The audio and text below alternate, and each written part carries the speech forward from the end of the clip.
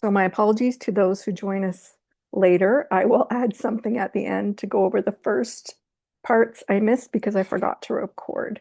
Um, so right now we're going over ethics and legal standards in trauma-informed supervision and talking about the governing bodies in Ontario, uh, the ones that manage under acts to control the controlled active psychotherapy in Ontario.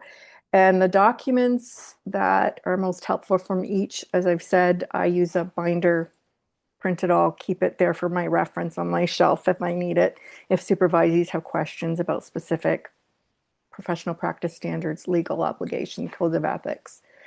I find these documents in bold on this, this slide here, that they're very helpful for that. And if you are writing the quality assurance exam, you're going to want to read the Code of Ethics, Professional Practice Standards, and that jurisprudence manual. It's very helpful, and it'll prepare you for what you need for that exam. Okay. And thank you for the reminder to record. Let's see. Sorry.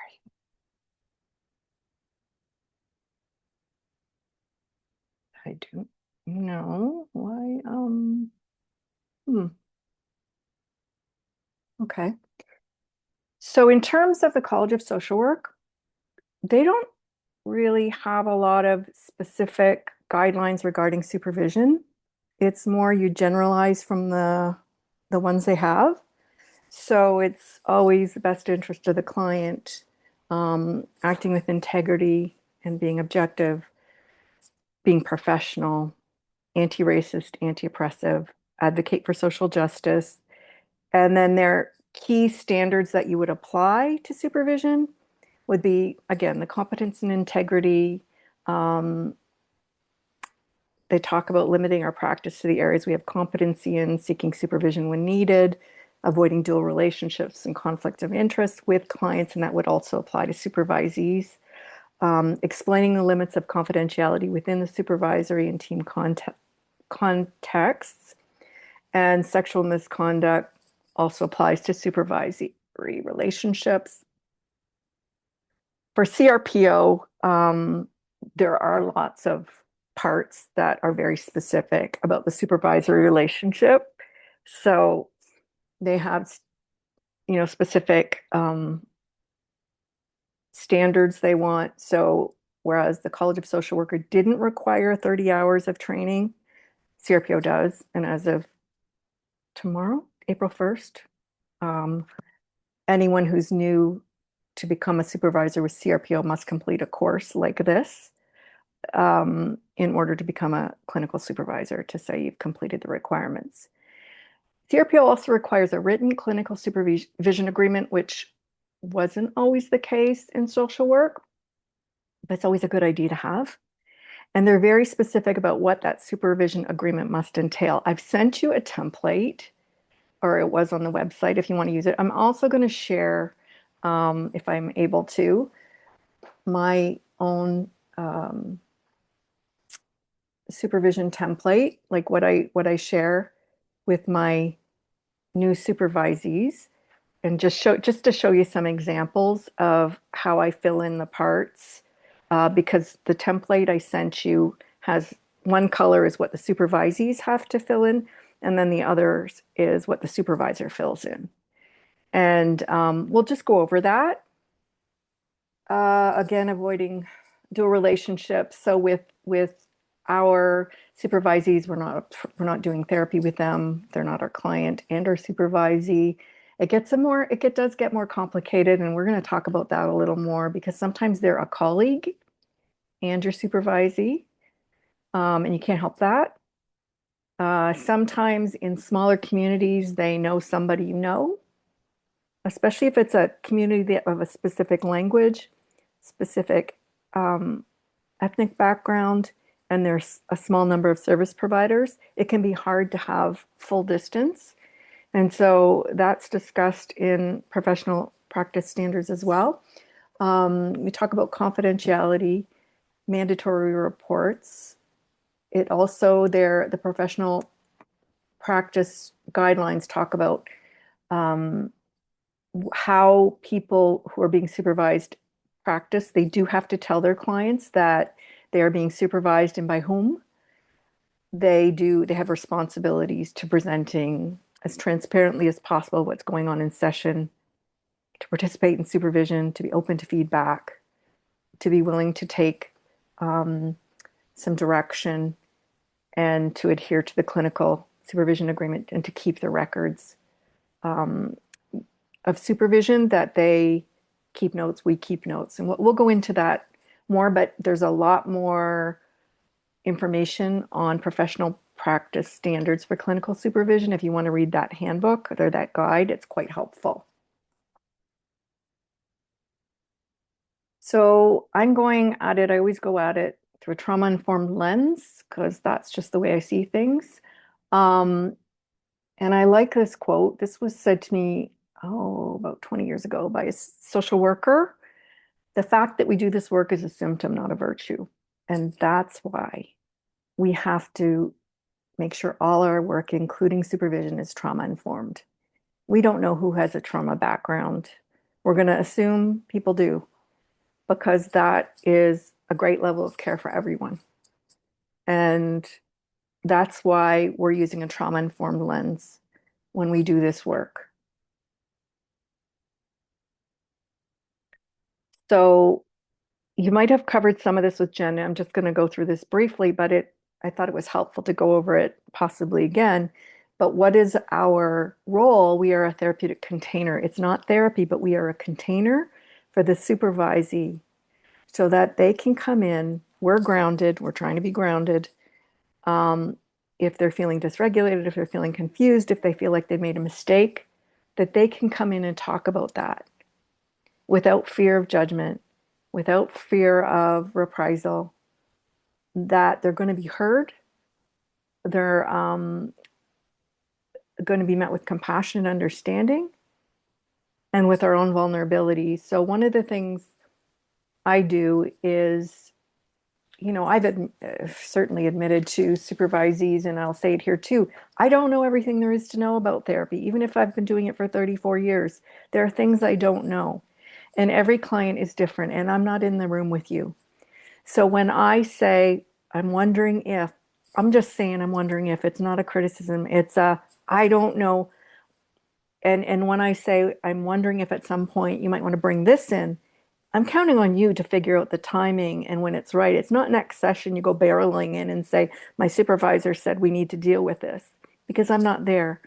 But I want to give you a place to explore these things, to have other ideas in the back of your head. And if something doesn't go right, you can come and say, I don't like how that went, or I don't feel good about that. And I'll tell you, I've made those mistakes before too. So I get it. And I can tell you, some of the things I learned when I made that mistake. Yeah, you can say, I get it. I know. So for example, today I was talking with a therapist about a client who's in a really abusive relationship. And we talked about how the client just needs to process because they're not ready to leave.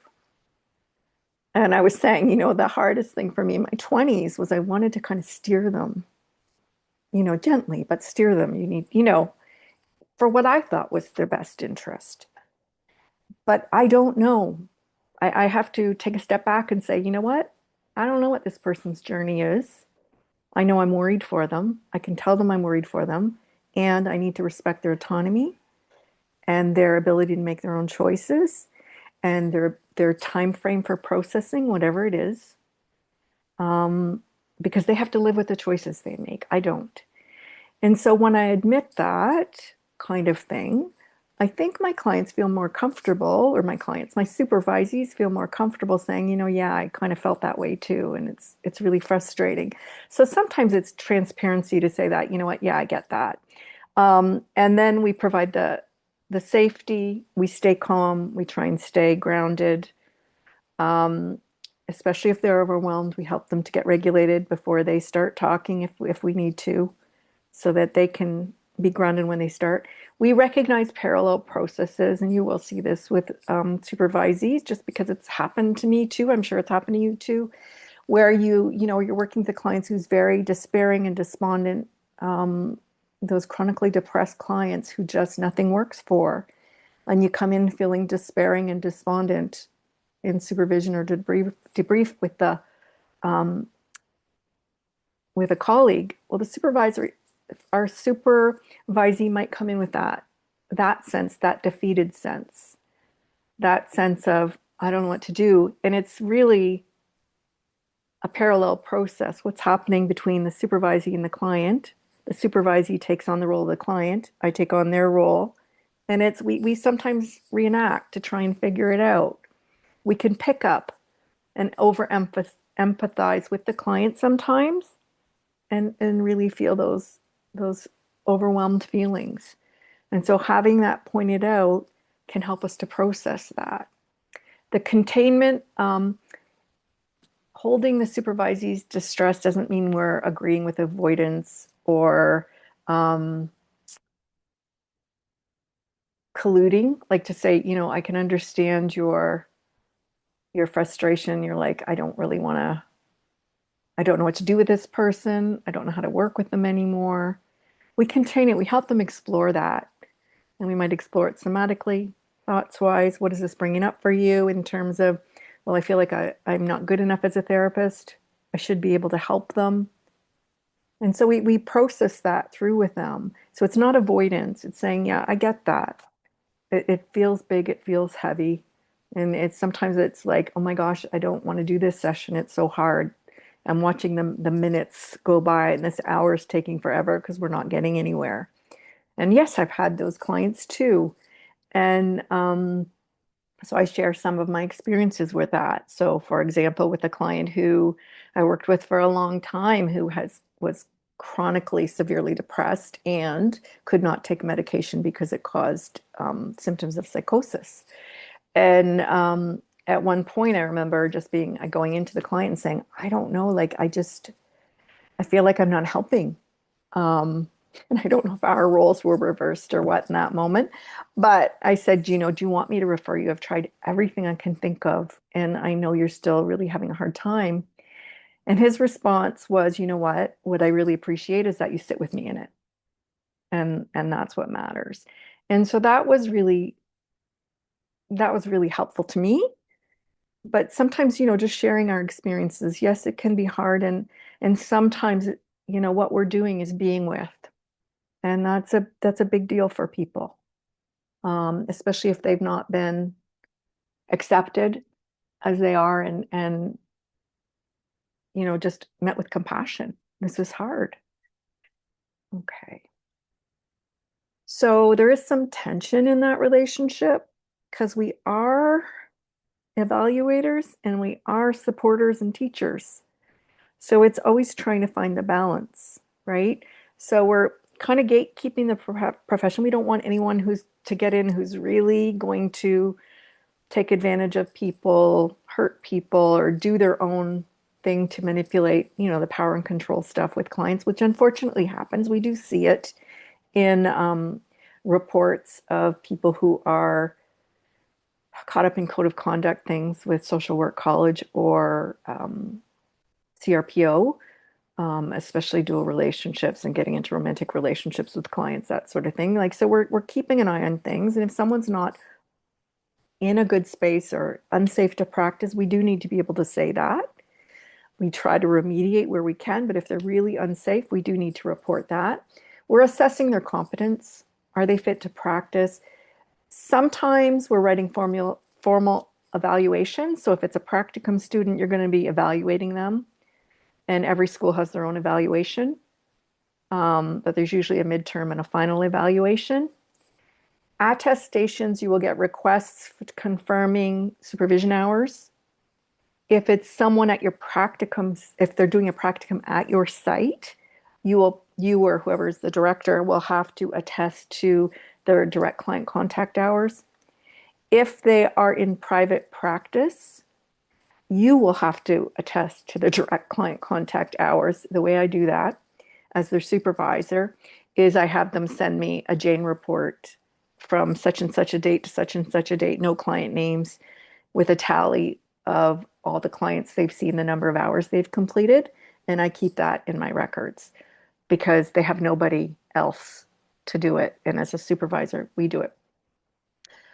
We do have the reporting obligations to the college, and there is a power differential. No matter how hard we try, because we are an evaluator, there is somewhat of a power differential, and we need to be upfront about that and try to minimize it as much as we can while maintaining our integrity as an evaluator, but just to be a supportive person, to be a teacher, to help them uh, by assessing where they're at, what their goals are, where they want to go to, helping them to get there, sometimes encouraging them when they feel like, I don't know if I can do this.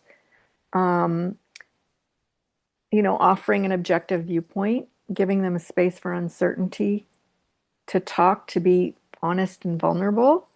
I will say there have been tears in supervision. I'm not that I'm making them cry, but that they come in and they're really sad about something that happened in session, or very moved about something that happened in session, or they feel like it was, they were holding it together when the client told them so many distressing things and their heart was breaking. And as they told me, the tears came out. So there are those moments of being supportive. We normalize how hard it is to hear trauma stories. And sometimes we experience vicarious trauma and teach them how to protect themselves. And we teach them how to engage in self-care, to widen their window of tolerance, those kinds of things. Uh, and modeling how we reflect on our own practice and how we try to treat ourselves with compassion. To give examples is important. So we're holding their whole personhood, because as therapists, our whole personhood is in that room. We, as the human being, the mind, body, spirit, are the instruments of this profession. So all parts of us are engaged just as they are in the supervisee. So we're offering a space to process that, because this is um, very much mind, body, spirit work, whatever you call spirit. For some of us, it is a human spirit, or some people who are not um, spiritual per se would think of it as a human spirit, or um, the part that's always growing and evolving, that highest self. Others would think of it as spirit in a spiritual sense. So whatever that means to the supervisee is how we approached it. So we just talk about, so in this case, given the power differential, we're trying to minimize it where possible, and recognizing that for supervisees who've experienced trauma, any power differential can be threatening, because people in positions of power may have abused them and taken advantage. So there might be parts that are frightened and protective coming up, that are afraid to show that they're not perfect. And so for us to be mindful of that is important. And setting clear boundaries and expectations is important, because that reduces uncertainty, which can cause distress if they have to predict what's going to happen next. If they know, then there's some comfort in that. Then they don't have to spend time thinking, what if, what if, what if? This is how it works. Speaking of which, we're going to take a break around 7:15. So I also want to be clear about that. So when you can, if you need to go do something, we're going to take a break. Uh, okay. So informed consent for supervision, I did provide a template for what that looked like, the one I sent to my supervisees. So they want your background on it. So CRPO includes all of these things. I think my template, I think it has all of these. Last time I got a new supervisee was in the fall. So unless something's changed. So they want to know your designations. What approaches do you use? Like, EMDR, CBT, DBT, like list them all. What are your competency areas? Actually, I'm not going to pull up my own, because I might lose this screen and I have some technological challenges. So we'll just leave it. I'll just tell you what's in it. Competency areas. So for me, it's individuals, adults 17 years and older. So if I have a supervisee saying, I want to work in marriage and family counseling or with children, I say you need another supervisor. It could be in addition to me or it could be instead of me. But you need to have someone who knows how to do that because I can't supervise those areas I have no expertise in. Okay, so that's all laid out what I can do. What are our goals and purposes? So we're working on helping them develop their skills. We're working on, I'm just going to refer to my own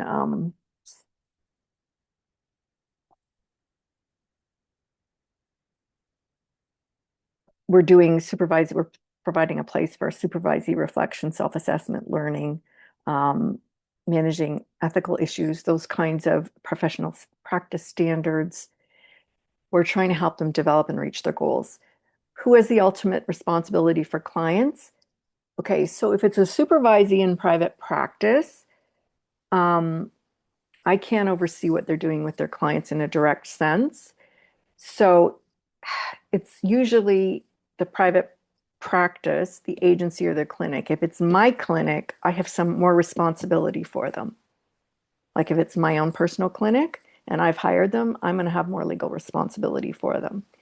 Now, supervisees are responsible for their own actions in terms of negligence or um, it usually would be negligence if that's the problem in one of the areas, because unless we know about it and did nothing. So they are responsible for their own actions.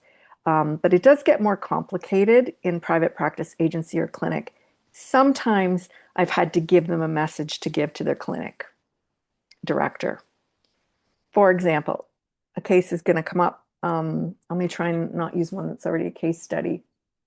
So a client or a supervisee said the agency director, supervisee's meeting with a client, client's parents come in, somehow booked an appointment with the supervisee to talk about the client, who's an adult.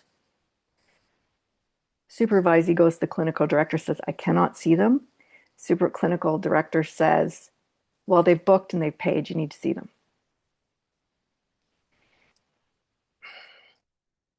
Supervisee's new.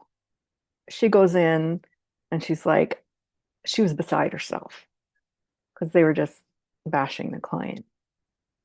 I said, that was wrong. You were right. I'm going to suggest you go back to your director and let her know we have concerns with that. And she's welcome to call me.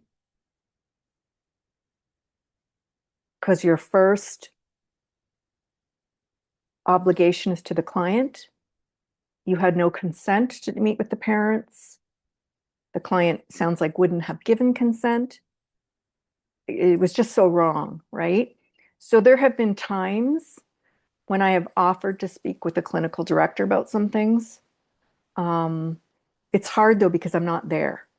It's harder. It's easier when it's my own. It's not going to happen in my own. Do you know what I mean? But it can get complicated sometimes. Um, the other thing in the informed consent, both have to have professional liability insurance. Make sure they have their own. I usually ask for their insurance number. I want to make sure they have it because I'm not taking full responsibility. Even students will have professional liability insurance.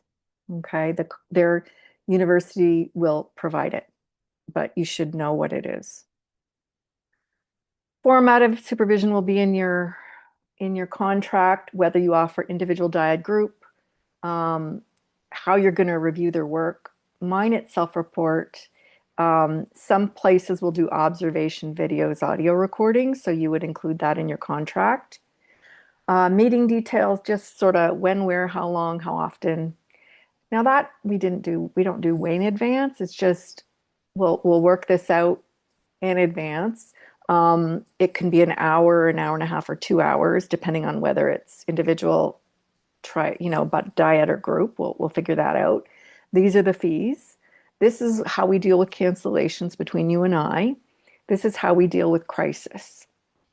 In terms of crisis, we're going to go into all that. I think it's class 9. We cover all the crisis, high risk stuff. But I'll tell you, they have to have access to a supervisor. If there's a crisis during working hours, So that I give them my cell phone number. They have my cell phone number. I say, email me, text me, call me. I will get back to you by one of these means as soon as I can. If I'm in with a client, I will, as soon as I finish, I'm going to call you. If you are in with a client and you're in an agency, you need to go speak to a colleague, and then you and I will debrief later because you need to consult. Because when I was in person with interns in the same office, they would just come and get myself or consult with any other colleague who had a door open. It's harder now with virtual practice, but I do want to consult with them if it's a crisis to go over what to expect. And if it's on a weekend, if it's a Friday night, I'm still talking to them because I don't want them to hold that all weekend in uncertainty. So you figure out what your process would be. What are your fees for supervision? How are they going to be paid? Oh yeah. And what client information will be shared? So I usually say, give me either initials or first name when you're sharing your client information. Give me an age, marital status, cultural context, anything relevant that I need to know. And then you can tell me about it.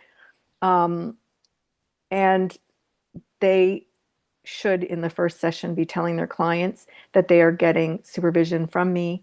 Sometimes your name will have to be on the receipts for it to be covered by a third party insurance. It doesn't happen often, but there's at least one provider because I've had it like 3 times out of 70 people where I am asked that can they put my name and registration number on the receipt for them? They have to have that to be paid.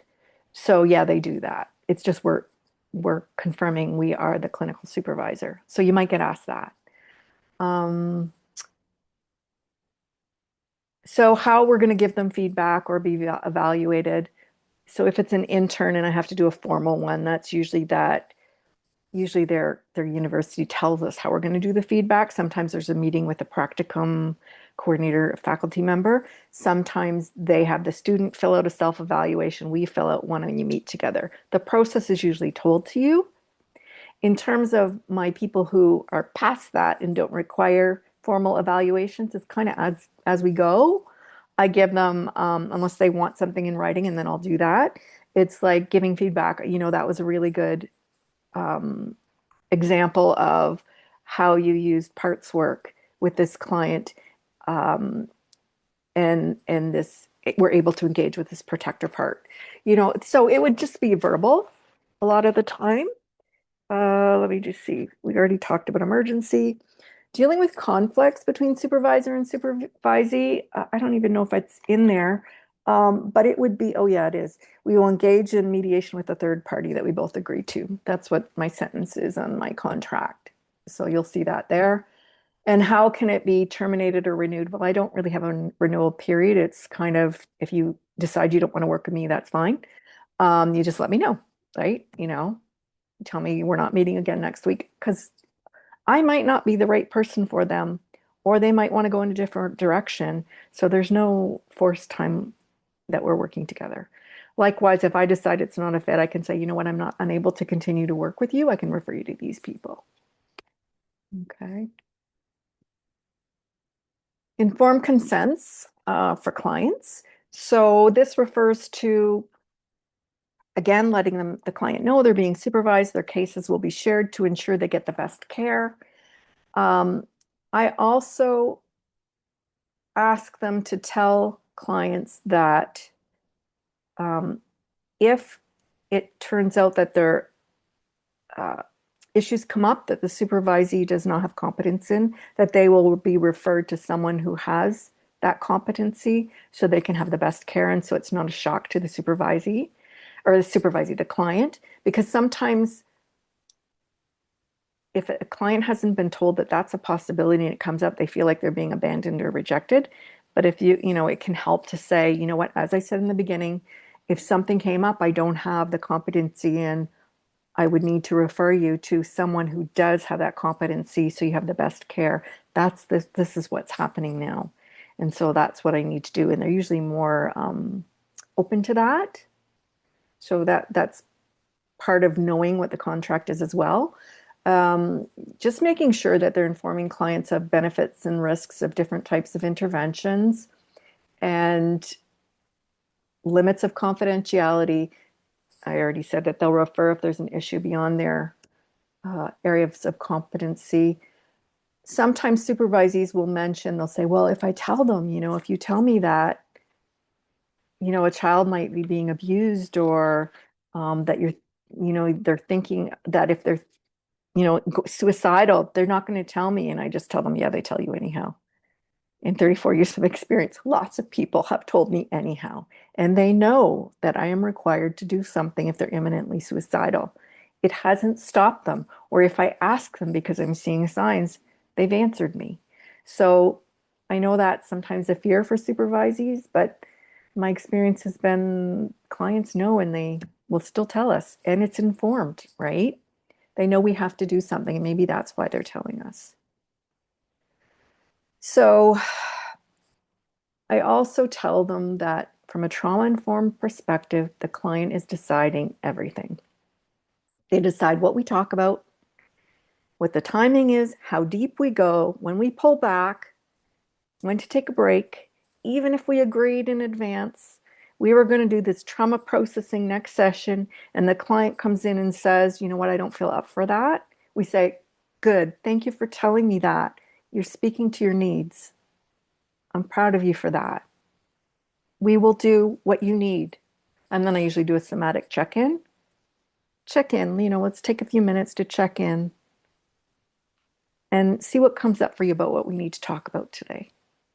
And that works really well. Um, that reminding them that we're not trying to steer, manipulate the client to make certain decisions that we think are best. I know I used that example already.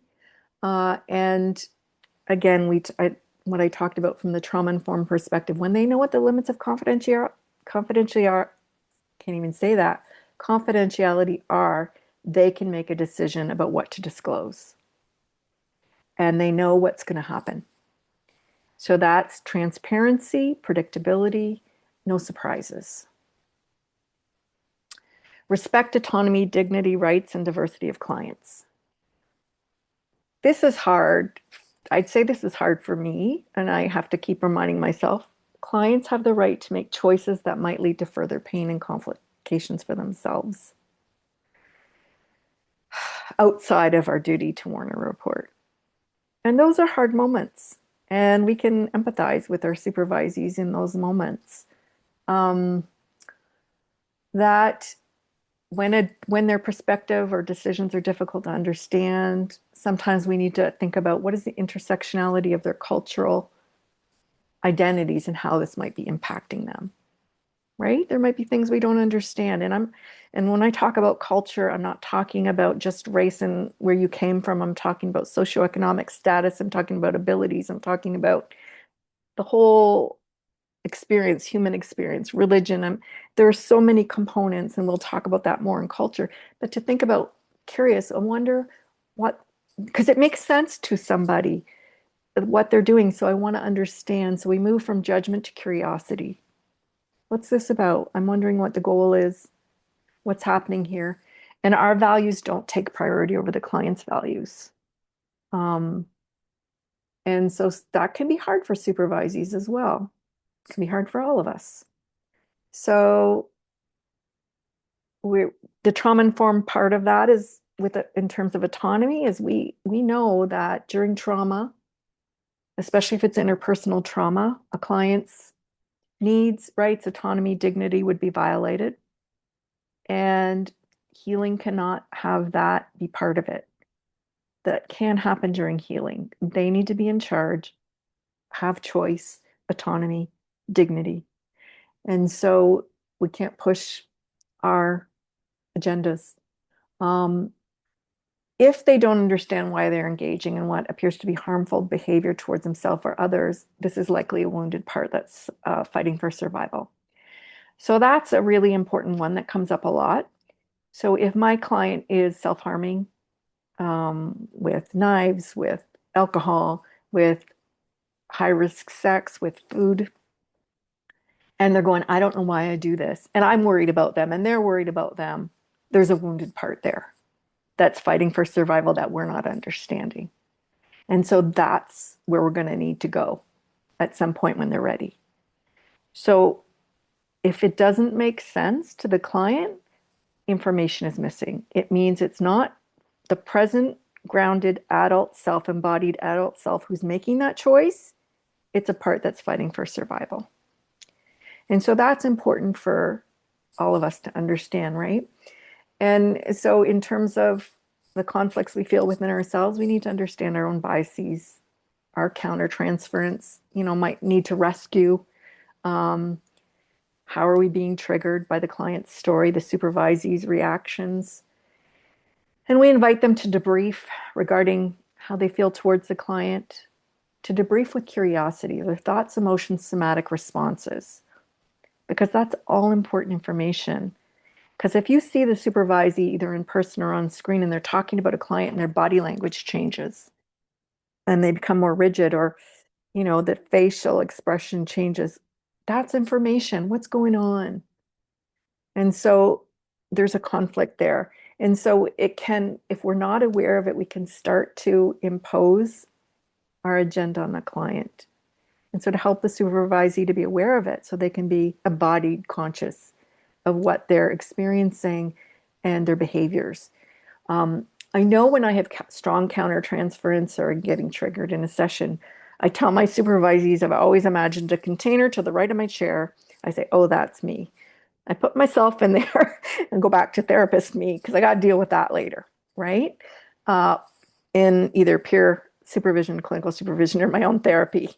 But being able to tell the difference is important because otherwise it's going to impact therapy in ways we're not intending. And approaching diversity with humility and respect is really important. We're going to cover that more in another class. The primary obligation to the best interest of the client. We've talked about some of this. The one I guess I'm gonna skip some of them we've talked about, but sometimes they feel they're the primarily responsible for the client issues. Like they're like, I have to fix this. And I say, okay, I'm gonna give you a visualization. What happens is the client comes in and they bring their issues and they put them between the two of them. You need to look at them and they speak from expertise. You speak from creating, your expertise is safe, creating a safe, grounded space to help them be present, to process, to explore, to give perspectives so they can understand with compassion. But when they go, they take it with them. It's not left with you to figure out. You don't know what's best for them. And I mean, and you've probably have this too, I imagine, but I talk to, some of the supervisors. I've had clients who come in and they tell me everything and they go, so how can you fix this? And I'm like, wow, you know what? I can't. I cannot. You know yourself. You've been living with yourself for 24 years and you don't know how to fix this. I've been speaking to you for 30 minutes. I'm not going to presume to know better than you what you need and how to fix this.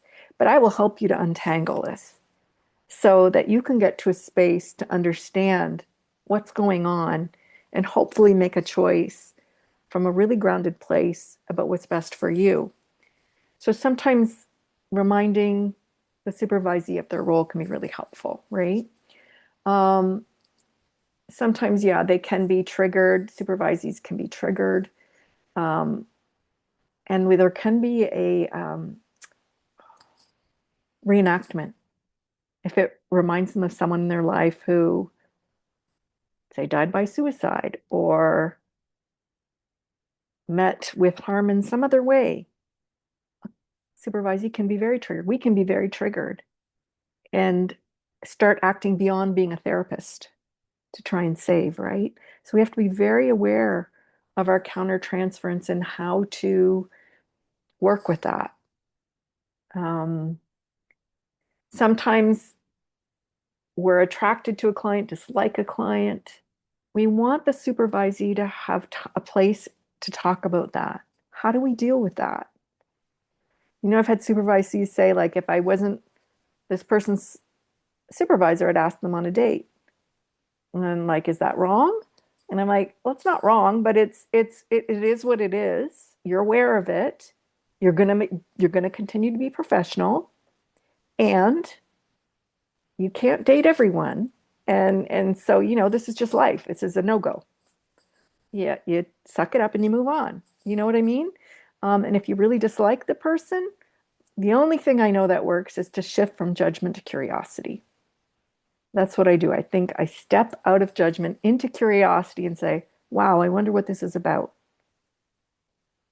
I wonder how, this is how they're surviving, or this is who they are. They're belligerent, um, sometimes we get clients with narcissistic traits, so it's trying to be curious. But they came in, so what's that about? Like trying to understand, right? Uh, oh, and sometimes your supervisee will feel like they failed if they have to refer. I failed. I should have been able to do this. No.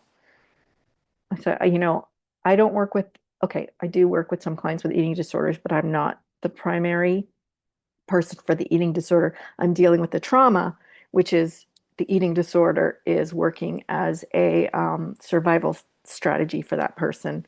Someone else is dealing with the eating disorder. So, do you know what I mean? We're all not going to be experts on everything. So, just encouraging them to, it's not failure when you refer. So, bringing these things into awareness, letting them talk about it in supervision. If it's a therapy, crosses the therapy line, that's where they need to go, right? Uh, yeah, and I talk to them about clients being a fit or not. It's not about failure. It's, are you a fit for this client? So it's we're ensuring they receive the best care. And sometimes I'll say to clients, sometimes that's not me. And I do want you to get the best care. And I think they appreciate that. Working with only within our areas of competence. Sometimes if they're in your practice or where you're working, you can pre-screen who they get. So you start them off, especially if they're a practicum student, you're going to start them off with the lower risk cases. Now, mind you, you can think you have a low risk case and they still get someone who's imminently suicidal. That's happened to me a few times because they tell the front desk one thing and they go in and they're, I'm going to end my life today and this is how I'm going to do it. And you're like, oh my gosh, I tried. But it is what it is. We do our best sometimes to screen to try and make sure there's an appropriate fit. Sometimes they want to develop skills in a certain area. And so I had a person I was working with, a therapist I was working with who she's learning, she's done some work in one of I created a compassion focused CBT model for trauma processing because one of my clients really hated EMDR. So I created something that worked really well with him and I ended up writing a book on it. And so this therapist who works for me really liked that. She was doing well with clients, but since then my own work has evolved and it's become something else. And so I do, in a, I guess, summary, I do trauma processing with in parts work with allies and wisest, most compassionate self of the person, because some of my clients don't trust anyone, especially if it's been a history of complex trauma. They will not trust a spirit animal, a make-believe ally, a spirit being. They will only trust themselves because that's only who they've ever had to rely on. So I use one of my allies is their wisest, most compassionate self. And so I've explained to this therapist how I do it. I've explained the steps and she had someone she'd been working with for a long time and they did the compassion focused CBT, but she's like, I think he would really benefit from the work you're talking about because we've identified protector parts and everything. And given his trauma history, and she said, but I don't know if I can do it. And I said, I believe you can do it. It's up to you. If you want to do it, I'll walk you through every session. And she's like, you think I can do it? I said, yeah, I have every confidence you can do this. We've been talking about it for months. I've seen you implement pieces of this. If you want me to, I'll supervise you through this if you get the client's consent. And she's doing great with it. So sometimes they don't have competence, but they're learning and the client's willing to work with them because the client doesn't want to switch therapists. And so if they have that's, on the job training kind of thing, sometimes that's an option. Um, oh, and then sometimes brand new therapists are over enthusiastic about what they think they can do in their work, and they've never taken a course in marriage therapy or group couple therapy or child therapy, but they're like, I graduated, I have this diploma, I'm going to do couple therapy. I'm going to try it and see if I like it. I'm like, okay, then you need to find a supervisor who's willing to do that work with you because it's not me. And you can't do it without supervision. And they might tell you you need to take coursework. So just to let you know, that has come up sometimes. Competency is really important. Yeah, Shirley, sorry, I just had a question about sure. the wisest, most compassionate self. Mhm. Is that something that we'll be covering in this course as well? And is it something we could potentially use in a supervisory interaction, or is that more for client work, would you say? So I haven't used it with my supervisees. I use that with clients, and it's not covered here. I don't think I've ever put it into a course. It kind of just happened and it works really well. It's very powerful. Um, I have handouts on it. So, but I don't, hmm. Let me think about that if it's okay to share that without explaining it in great detail. I'll think about it, okay? But No it problem. works, Yeah. it's just another part. And it Mm-hmm. works really well for my clients who've not been able to trust anyone.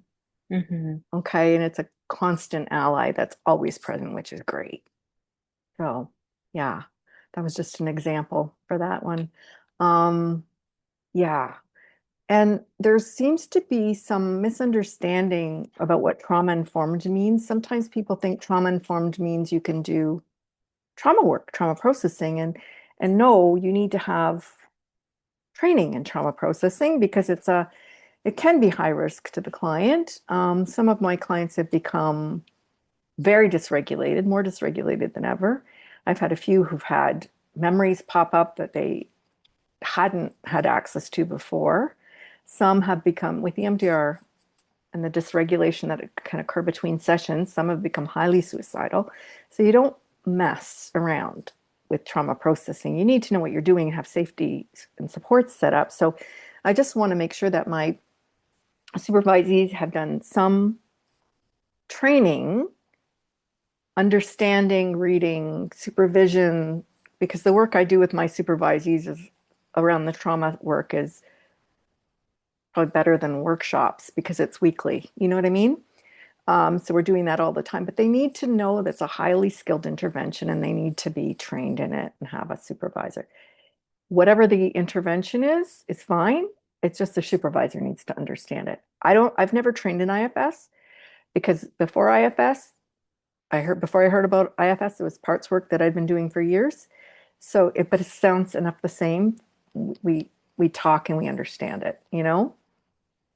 So it's just you need to understand, they need to understand. We're going to cover the diversity and multicultural competency much greater detail, um, including privilege, unconscious biases. That's really important. We're dealing with people from all over the world, um, in all different areas of life who've had different experiences. And it's so tempting sometimes to make assumptions about other people's backgrounds and lived experiences, but it's very unhelpful. I recall a client way back when Colombia was going through, I guess it was a civil war. We had a lot of refugees coming in. There was a period of time, about 10 years, Canada accepted a number of refugees, and a lot of the clients I had come because following a kidnapping or a threat to life or a family member murdered or extortion. I mean, there were so many things, right, that were going on. And I remember I had read about it. I kind of understood what was going on. And I remember one of the clients saying to me, He was someone who had been kidnapped and tortured, and a few times he'd been kidnapped to be used by one of the, I don't know if it was the FARC group, one of the guerrilla groups to for their advantage. And he said people in Canada, he said a lot of them live in the Canadian bubble. They think the world is like it is here. He said, I really appreciate that I can tell you what it was really like, that you're willing to hear that. And so I think that that's part of what we need to be open to that. And I mean, the same kinds of things my clients from Sudan and Syria and just, there's, it's very humbling and we've got a lot to learn and to make sure our supervisees are aware of how sometimes our unconscious biases and cultural lenses can impact the client relationship if we're not paying attention. Um, Privacy and confidentiality. So we need to be explicit regarding how they're going to protect privacy and confidentiality, who has access to the files in the office agency sometimes, right? If we're in that agency, how they're protecting client files. Are they using a file system? Is it locked? Are they using an encrypted system like Jane? Um, what information can they share in supervision? How to handle third-party requests for client information. I do walk them through how we do that. You need the consent form from the client that's informed, saying what is being released to whom for what specific purpose. And often if a legal firm, for example, wants the whole client record, I will suggest to the client we only do a summary because do they really want everyone to know everything that's in their client file, or is it just what's relevant? It's totally up to them. I'll release the whole record. Usually they're good with a summary letter of like, this was the trauma. These are the ongoing symptoms. This is what we've worked on. This is what's been improved, whatever. Um, informed consent. I usually tell them we prefer written, but if you're stuck, if I'm on the phone with somebody and they're suicidal, not imminent, but they've been going up and down, I will accept verbal consent if they're saying I can fax my concerns to their doctor along with their symptoms, for example. Do you know what I mean? Or if I'm allowed to consult with a mental health crisis service, verbal's okay sometimes. I'll document it, and the next time I see them, or I'll email them a form to sign. But if you're stuck, you can do verbal. Okay, so let them know that. Uh, how do we release the client record? Usually it's gone over with the client first to make sure they're okay that everything is being released. You go through the whole file, print it out, you go over it with them, redact things they don't want. It's a whole process. But just to go over that with them. So the confidentiality and privacy are really important. So especially in complex trauma situations where trust has been so severely violated. So we talk to our supervisees about how to maintain that trust, even when we have mandatory reporting requirements or duty to warn, and how that could rupture the therapeutic process, but sometimes we can repair it. Most times, when I've had a client who is imminently suicidal and they had to go to hospital, 95% have agreed to go voluntarily. The 5% who don't, we've had to call police to do a mental health apprehension. Those are hard.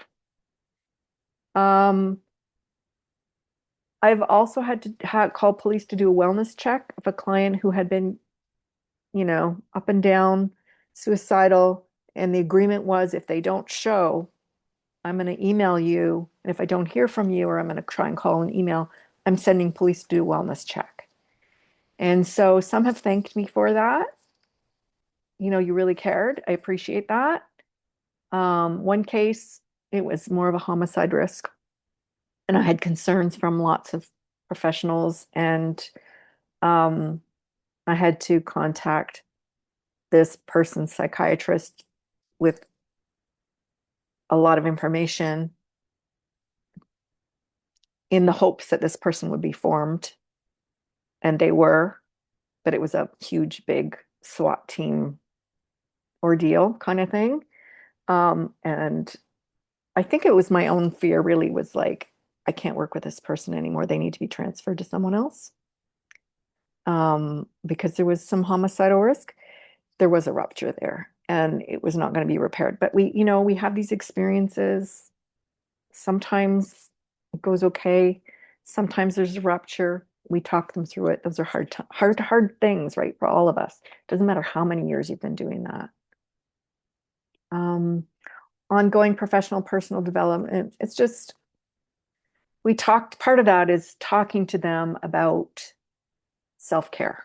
So if I have a supervisee in my office, they're not in my office anymore, but when I used to be at my former workplace and they were on site and I'd see them in their office doing notes at lunch, I'd say, stop, you need a break. You schedule time on your calendar for notes. You cannot, and I don't want you staying late. You schedule time on your calendar in your workday to do your notes. This is really hard work. It takes us 100% of our physical, mental, emotional presence. It is exhausting. You need a break. So I was kind of hard on them that way about boundaries with their work because I wanted them to get into practice of taking care of themselves. And we talked about rituals, even of how do you let go of what you dealt with at work. I had one intern who had a work watch. He put it on. When he took it off, he was leaving everything at work. He put it in his desk drawer and he said, that's it, I'm leaving work at work, right? I had a lanyard. When I put it on, I was work, 100% at work. When I took it off, I put it in my desk. I was me at home. Do you know what I mean? Trying to find the boundary between work and the rest of your life because this is hard work and we do need breaks. Um, yes, go ahead, Just Rachel. had a question, Shirley. You mentioned Yeah, printing out the client file, going over it with yes. them and the redactions that they want to make. I had a question about what about redactions that they may be fine releasing, but Mhm. there may be other people mentioned in Yes, there or those we have certain. to take out third party. I think that's in CRPO, Hmm. professional standard practice. You're right. We do have to take out any third party information before we meet with the client, Okay, yeah, take out third right? party. Because sometimes, like I worked in post secondary, I'll get a referral from, like, I'll get something related to the client from a professor, but that's not the client. I don't have permission. Like, do you know what I mean? To release that to even the client. So we redact those third party things. They're not giving permission to release their stuff to legal. Do you know what I mean? So yes, you're right. I think what it got me thinking about it is that our clinic, we've had a few RPs leave recently, and the clinic owns the notes. Yes. So if we get a request for notes, but the RP's not there to do the The redaction, clinical manager or director usually does it with them. yeah. So that's the thing. That's got to be built into Yes, policies, right? policy. Yes. Yeah. Yes. Because our manager, we didn't have time to do that. Our manager would have taken that on. But now that I'm in private practice, it would be me, right? So yes, a director, manager, if they're a social worker or RP, not if they're not, then they shouldn't be doing it. But it should be someone who's registered. Like, do you know what I mean? Some Yeah. managers aren't RPs or nurses or whoever, you know what I mean? They don't have Hmm. It that background. So it's, kind of goes into the question of the like the FIPA stuff, the health records custodian, yeah, for a clinic and who's designated who's that. gonna do that? Yep. Yeah. Yeah. Okay, thank Yeah. you. Yep. No How do I get problem. That's a how do I good get rid of this question. hand? Oh, here we go. Yeah. I'm just saying sometimes, these are just common things that we share that we do professional development all the time. We're always learning. Um, the boundaries. So teaching supervisees that self-disclosure, I ask, why is the disclosures being made for what purpose? And what is the least amount of information you can share to still get your point across? Because we don't want to burden the client, right? So if it's, that's not to me, this is to them, to the client. Okay. If I'm talking about, I wanted to share this with my client, would this be okay? And this is how I talk to them about how we go through, should they self-disclose? In supervision, I'm trusting them to know what they can self-disclose. If they tell me they have an anxiety disorder, I mean, I'm fine with that. You know, that's not a, that's not a, that's fine. That's what they're dealing with. That's their frame of reference. Um, they had a breakup. I'm fine to know that. It might be impacting how they're feeling. I will tell you when my supervisees, whenever I start a supervision session, I'm checking in with everybody, whether it's a one-on-one, dyad, or group. I'll say, Vanessa, how are you today? That's what I want to know first. How are you? Because if you were up all night with a sick kid or you just had a car accident yesterday and your back hurt, I don't want to act like nothing happened and not acknowledge that, right? So I'm checking in. How are you doing? I don't need a whole life story, but tell me how you really are. Are you able to be present today? What do you need from us? And, then do you have any cases or general questions? And that's how we go through setting the agenda. So I do want to know how people are doing. Um, and I will share if if I'm not feeling well or something, or sometimes I'll certainly share uh, stories about mistakes I've made. And I will share some of my personal life. These are personal relationships. These are what sustain us. It would be so much easier if we were in person because we need that connection, the hallway connections, the talking in the staff room. But when a lot of us are virtual, we don't have that anymore. So still having that personal connection, I think is good. Oh gosh, and I'm always like, geez, physical contact, intimate relationships are to be avoided. I know that is obvious, but why do we keep seeing these code of conducts and complaints? I'm like, don't touch the client, don't touch the client. It's like it just keeps happening. Wow. Yeah, and the importance of boundaries for us, for our supervisees, for client. It's all about safety, transparency, limits. Avoid dual or multiple relationships. Sometimes we can, sometimes we can't. If I'm working at a site where the supervisee is also my colleague, you're going to have dual relationships. It is what it is. Um, I had a client who it turned out was the parents of one of my kids' teammates, you know? And so I saw them at competitions, but I had said if I used to say to my clients, if I see you in a public space, I'm not going to acknowledge anything because I don't want you to have to explain who I am. If you come and say hi to me, I'll say hi. But other than that, it's not that I'm ignoring you, it's that I'm respecting your privacy and confidentiality. And I don't want you to have to explain me to anyone. So sometimes we have those relationships and they're complicated, right? We do our best to maintain privacy and avoid conflict of interest. Yeah, especially small communities are, yes, nada. I had a question about dual relationships just before we leave that topic. Like you said, it's a little bit tricky. Like we can do our best to avoid them, and sometimes they sort of just show up.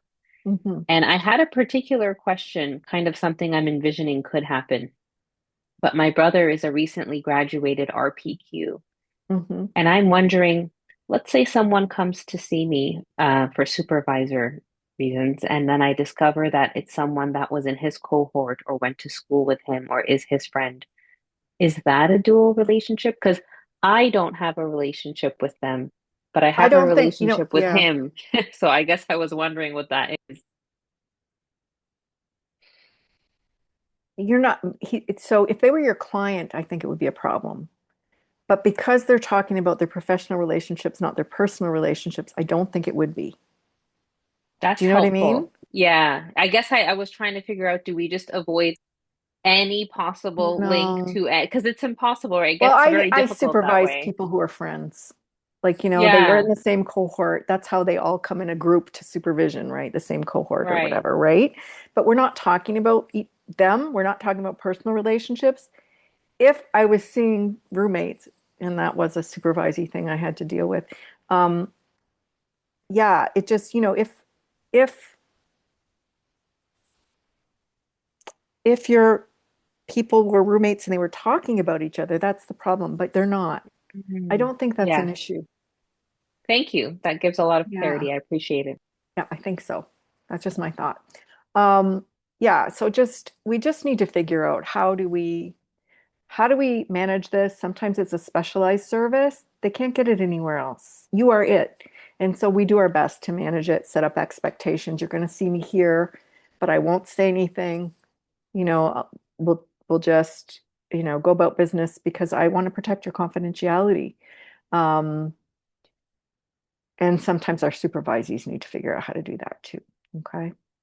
So let's take a 15-minute break and we'll come back at, so went to 7:20. So 7:35. I'll see you in a bit.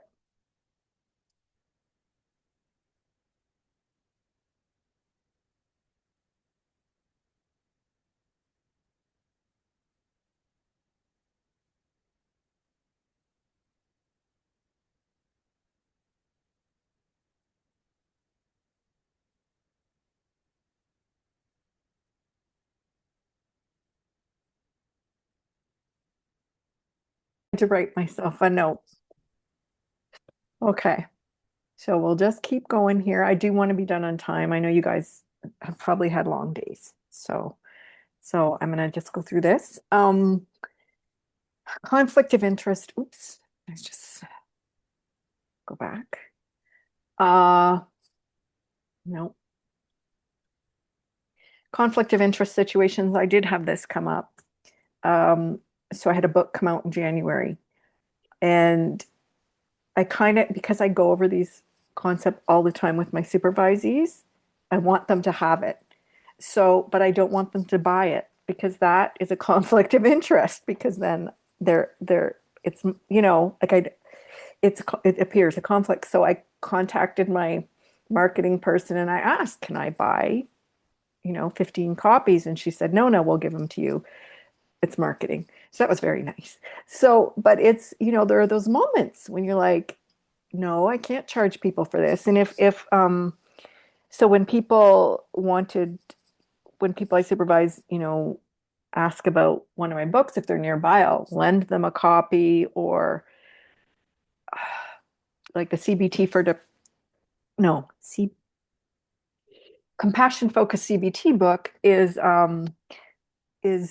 is one it has like the beginnings, everything I knew about trauma in 2018. So I'm like, you can probably get it on Kindle for like, I don't know, whatever it was, not very much. I said, and that'll save you lots of money. You're not paying me to go over this in supervision.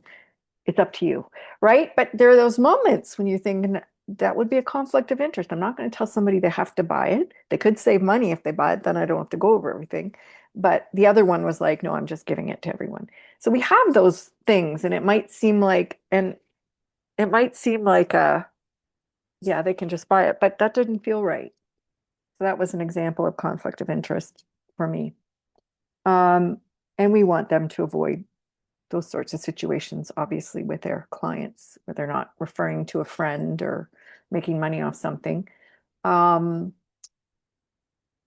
yeah, I'm just gonna keep going here. Advocating for social justice and fairness against discrimination and oppression, that is an expectation in social work. It doesn't seem as clear in psychotherapy. I mean, it's there, but not in the same way that advocacy is in social work. Anyhow, in those kinds of things, so for example, a supervisee has come in and said, I've got a client who says they feel like they're always being discriminated against and treated badly because of their race. But I shouldn't be using thought records. And I'm like, no, you shouldn't be using thought records. This is not CBT. Their thoughts are probably valid, what they're saying. So we'll try and address window of tolerance. Is there any capacity to influence whatever system they feel that they are being discriminated in? One of my colleagues, for example, had a client who had a preferred name, had transitioned, so was transgendered, but on all the class lists, the client was it's transition to female, and then there was a male, very clear male name, and would be called out in class by that name and expected to use that name because the registrar did not have any way to change the name. So my colleague, with the client's permission, advocated to change the system because it was discriminatory and it was impacting the dignity of the client. We can only do that with client consent if we're going to be very clear about who we're advocating for. So I do teach supervisees that. I mean, there have been times when I wanted to advocate on behalf of a supervisee with a faculty member, for example. There was a situation many years ago where a part-time faculty member was hired to teach the master's in counseling psychology program, but this person was also the person faculty kept referring students to as a therapist. So many of them had had this person as a therapist, and now this person's teaching them. That was wrong. And so I was upset about it. Not as upset as my intern, but I said, if you want me to talk to faculty about it, I would be happy to do so because this is wrong. But I didn't have permission, so I couldn't say anything. So there are moments when we're supportive, we give them a space to vent, we validate, and there might be moments when we can advocate, but it's only with consent, right?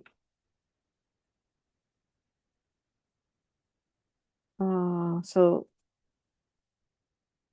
yeah, I had supervisees who were also activists and dealing with social issues, and they were getting backlash um, from community, and we're hearing about how some members of the opposing kind of community were talking about filing complaints with CRPO against them, like fake complaints to go after them.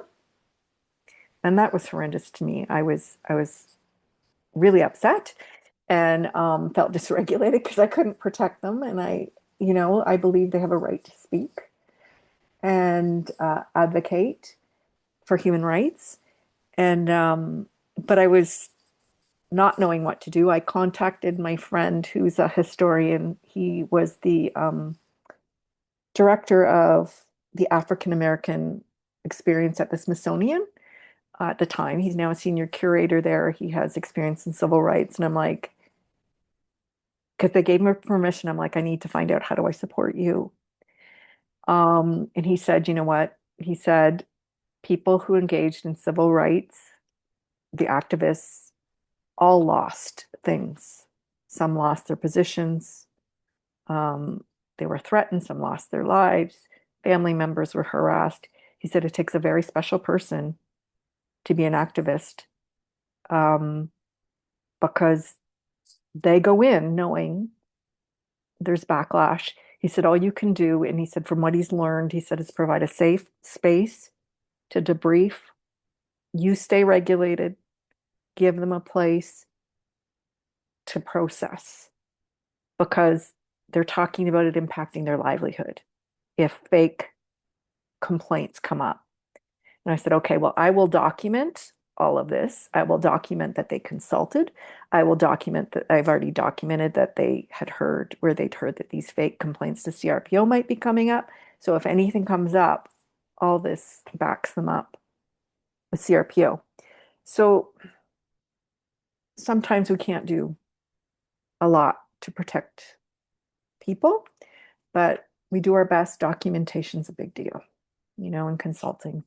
And this was another example of consulting. The only thing you know about consulting, but what I'm going to say is If you haven't checked into your professional liability insurance, it often offers free legal consultations. I've used that when I don't know the answer, and they've been very helpful. So there's usually a toll-free number. You might have to pay extra for it. I don't know. I can't remember, like $50 a year or something, but it's really helpful that you can talk to a lawyer about any ethical professional practice things that come up. So just keep that in mind. And sometimes I will call on behalf of a supervisee if they don't have access to bring the case forward. Or yeah, or I'll refer my supervisee to someone else who has more expertise in an area than me. My students, so when I taught Western University in the Master's in Counseling Psych program years ago, one of the things they said in feedback, because I always ask for feedback at the end of the year, how I could improve the course and teaching and whatever.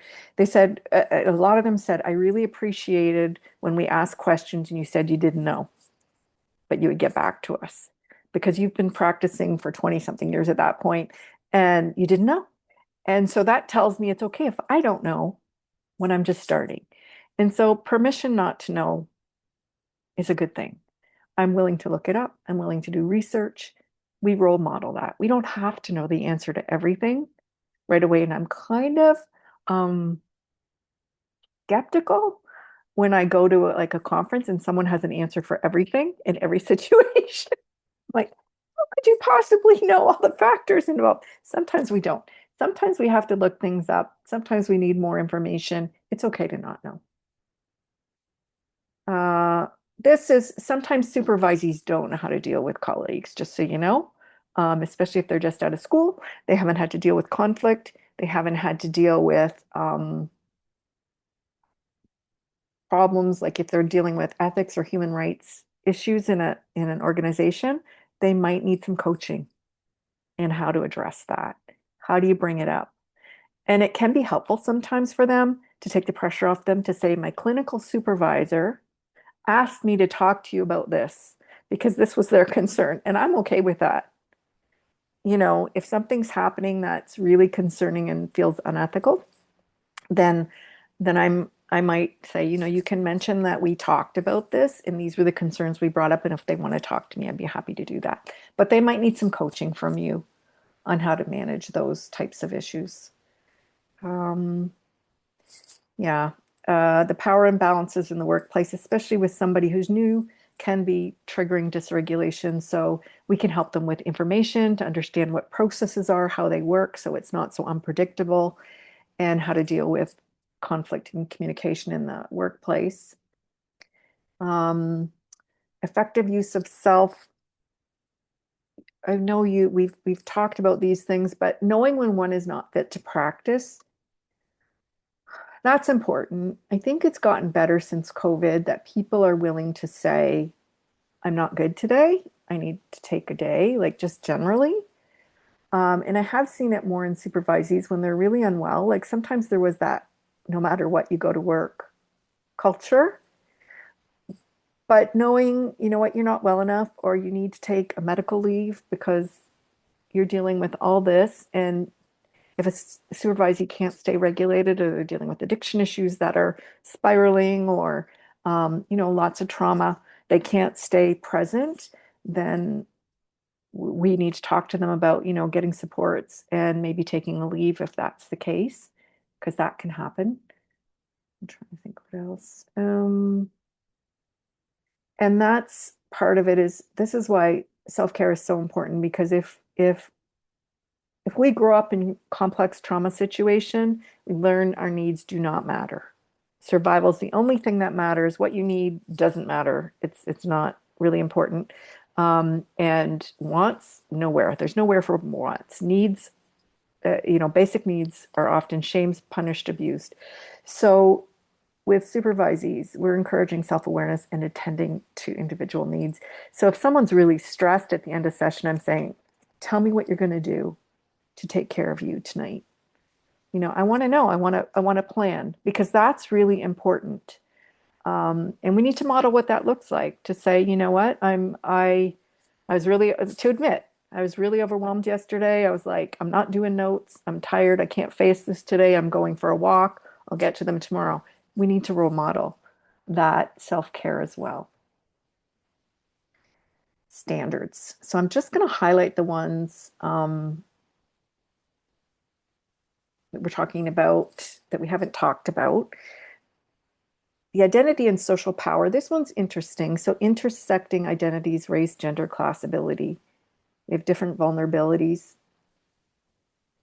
White supervisors, particularly, we need to attend to what's happening in the room. Am I assuming that Western knowledge, for example, is privileged? That that's what we're all talking about?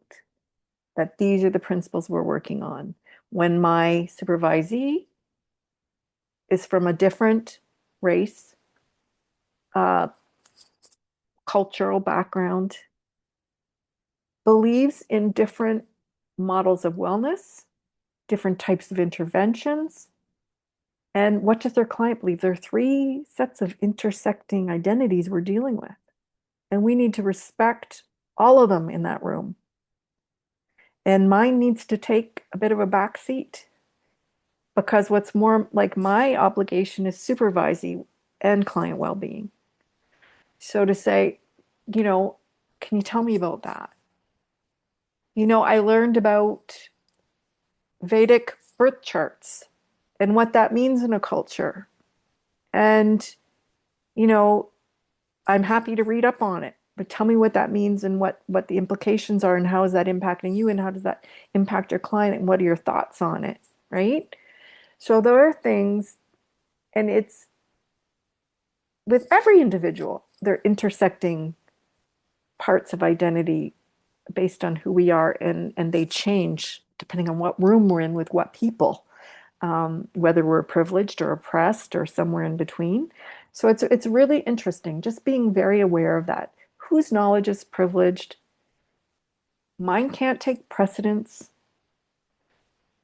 I have experience that can be helpful, but my supervisee might have experience that's more helpful and insightful.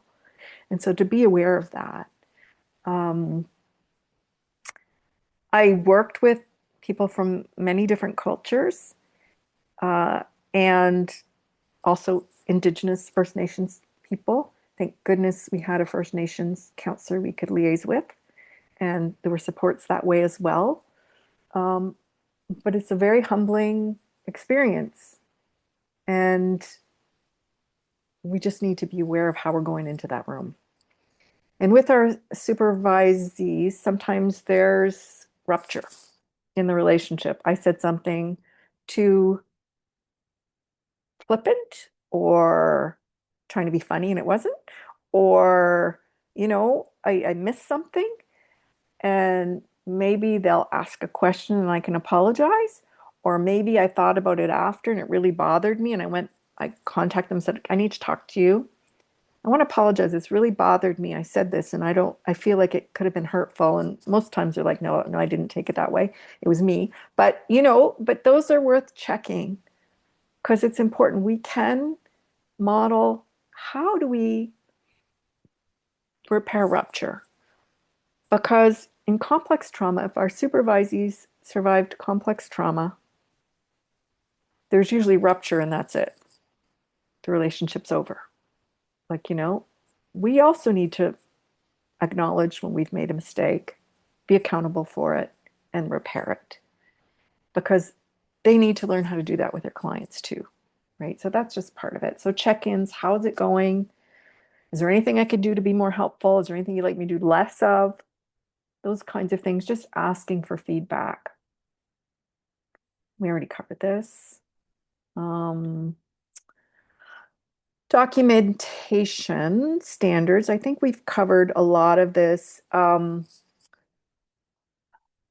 of us need to take notes on supervision, what happened, what clients we discussed, what were the discussions about. I do mine I have notebooks for every therapist I work with. So it's not very neat. I'm going to show you what it looks like. It looks like this. So on one side's what I think, on one side what she told me. On my side, while she's talking, I'm thinking, okay, these are the things I need, like that I'm hearing that I'm going to want to go back to, but I'm making notes on the case. I'm writing down like, okay, these are the things I need to bring up. And then kind of the discussion, where did it go? What did I suggest? What did she think she wanted to do? I can follow that. Um, you do it however you want. Some people want formal notes, some people type, but we both have to keep notes. Some people do mind maps as notes, but we're both required to do that. Put the date, how long it was, how long the session was, what cases we went through, what interventions did we talk about, anything recommended or followed up on. Um, Keeping that in records. The evaluation records, I just keep them on my computer because they're usually done online. Like when you have to do all the CRPO forms or the university assessments, I put them in a client file. Reportable events, ethical concerns. So ethical concerns will be in my notebook if the therapist brought it up, and as will any consultations I do, legal, other experts in the field on whatever they're talking about, contacting CRPO. I keep it all in their file. So it would be on this date, I contacted BMS legal counsel. This is what was said. So it's all in their file, right? So I do that. Um, why I will put my rationale why I did that. Reportable events. So that would be police were called for a welfare check or notified by um, client's family, client's hospitalized due to suicide. Um, I don't want to call it an attempt due to trying to die by suicide. Attempt sounds like a legal thing that's being condemned, but tried to die by suicide. Um, so that's a reportable event. That will be in the client file. Heard from client's mom. This was put the email in or discuss the phone call. This is what happened. If we had to call police, do a wellness check, that's all in client file on Jane or wherever. It's not a progress note, but it's an important note. Um, the supervision agreement, I do keep that in my notebooks as well as for each one. I have a signed copy. And we are supposed to keep them for 10 years, those client records and supervision, keep everything, you know. And if it's not documented, it didn't happen. That's what the lawyers have said when I've gone to legal workshops. So write it all down. So I've already said this. Yeah, I also tell the supervisees to go back and put in their client records what we discussed in clinical supervision. So actually this could be okay, but we used to have peer clinical supervision at work, and there wasn't really a recording practice because it was peer group. But if I brought a case about one of my clients, I would then go back and document in the client notes that I brought it to peer clinical supervision, and these were the suggestions, and this is what I agreed to do. It's got to be somewhere. So it's got to be written down somewhere. So that's those supervisees who are in peer clinical group. I would tell them to go back and put it in their notes. But if it's already in their notes because we discussed it in supervision, I think we're covered. Okay. Because it's in their notes, it's in mine. Um, who owns the records? That's decided by agencies who contract. Are they yours or are they the agencies? And I've had a lot of questions about that lately. What happens when a therapist leaves and the agency said they're their records, but they don't have Jane?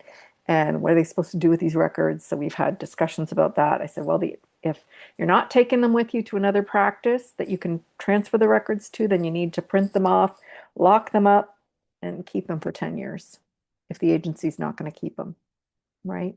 A lot of discussions around that lately. What do the records include? I get asked about this. This is just for your reference, so you have it in your notes. All the client profile, an emergency contact name, phone number, email, the relationship, any assessments they've taken, screening or assessment tools should be in the client file. That's part of it. Therapy plan, Any informed consent should be in there, anything that's been signed. Verbal informed consent should be documented in your notes. Progress notes, they vary depending on the clinician. I've seen so many different types of progress notes, right? But it's relevant client statements, your observations, no editorials, right? The interventions used, the outcomes, where you plan to go next, those kinds of things. If they do artwork in session, that should be in there. Any consultations and referrals should be in there. Again, it says copies of consent forms, reports, letters. I don't put emails that are about changing session dates and times. Don't put those. They were therapists in my last place. They put every email that a client went back and forth and be like, I can't make it Friday. And you're like 10 emails. You're trying to read a client note and it's like deciding on the date of the session. No. But if it's a relevant email, then you want it in there or document a phone call. The incident reports, any mandatory reporting. If you close, terminate sessions, that should be a final progress note, the summary of outcomes. This one, I put this little note at the bottom is because some of my supervisees didn't think they had to close their notes. They didn't think they had to sign and date them. So on Jane, all their notes were open. We're still in draft form.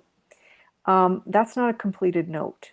You are required to sign and date your note. So I had to tell them to go back in, sign and date every note because they're not completed otherwise, even if it's an electronic signature. So that comes up, okay? Just make sure they know that because I've had people have to spend a lot of time going back to do that.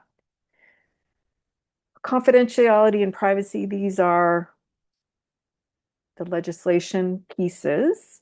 And we've talked about that. We've talked about what the client needs to be told. Consent with the client. So the client needs to know about each supervisor. That's important. For the supervisee is consulting with the client needs to know, I'm seeing these people. Client can say, no, you're not allowed to share this, or you can only share so much. We prefer that they consent.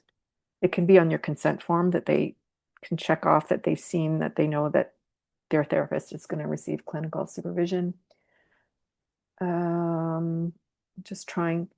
So somewhere we need to keep a record of the dates of supervision, how many hours, how many people attended, because when CRPO asks for an attestation, they want to know how many, there are two categories, how many individual dyad hours you've provided, and the other one is considered group. So triad and above is considered group hours. So you'll have to give a count from this date to this date. I provided clinical supervision to this person who works at this practice, this many hours of individual dyad supervision, this many group hours. And if they were to ask for the dates, you have to provide them. Okay. Just trying to see. Okay, that's more just for your information. Mandatory reporting. There was one that caused a bit of a ruckus in our office at one point. So the child protection, we know you have to report if you suspect abuse. It's not grounds. It's reasonable grounds. You think it's happening. You don't have to have evidence. You don't have to be absolutely certain. But you're supposed to report that. That's an ethical obligation. And the supervisee must also, if they have a client in that position, I will sometimes, ask the person who's disclosed, do they want to be involved in the disclosure to provide the information, or do they want me to take it down and provide it so that they have some choice, or we can do it together on the phone? Sexual abuse by a regulated professional. That was interesting. We had a bit of a disagreement, even though both codes say you have to report sexual abuse by a regulated professional. Some clinicians in my office thought it should be up to the client still. We didn't want to take away the client's right to report. So that was Interesting. But it was reported because in CRPO you have to. With social work, for some reason they thought they didn't. But when I look at the code, it said you have to. Okay. Another Yeah, one. in social, just to validate you, in social work, from my understanding, the only like part that's a choice is if the client wants their name included. Okay. Yeah, that's what I thought because I was reading through it all again for this, and I'm like, I'm not sure why she said that. It was very If the it client was doesn't tell you the name of the yeah, person, then you then can't do yeah. anything. They can't. But if you know the name and then it's the client can either have the name included Yeah, and that's what I read. So I was very confused. yeah. I'm not, it was a few years ago, I was very confused. I Yeah. wasn't directly involved, but I heard about it. I was like, oh, that's interesting. Yeah. Long-term care retirement homes, I've never worked in them, but it's in our code of ethics that we have to report any abuse, neglect, financial exploitation that's happening. That was what I learned in doing jurisprudence. That was new for me. Duty to warn, we've talked about significant risk of bodily harm to the client or another person. Now, the most important part of that, and we're going to talk about that again, we talk about working with high risk supervising clinicians who are dealing with high risk clients, is we're looking at imminent risk, right? So, imminent, it's going to happen. We know when, we know how. Um, but we'll go into that more. Those are those are really disturbing situations that can be very heavy, very distressing. So yeah, definitely we need to work with the supervisee on knowing what's going to happen and this is how it works. And those are tough parts of the job. If the supervisee engages in unsafe practice, we have to report that. So if they came in high, drunk, went out with a colleague or a client, and you know what I mean, like we have to report that. That's not just an error, that's unsafe practice. We're allowed to make mistakes, we're allowed to say the wrong thing, we're allowed to, we're going to make mistakes, but we're talking about professional misconduct and incompetence. um, and we want to consult with colleagues and legal advisors if that kind of stuff is happening. When do we step in? If they're engaging in unethical behavior, we would have to, if they're at our site, we would have to step in and refer the client elsewhere. Uh, if they're unfit to provide services, we'd have to make other arrangements. If they're out of their depth or beyond their scope.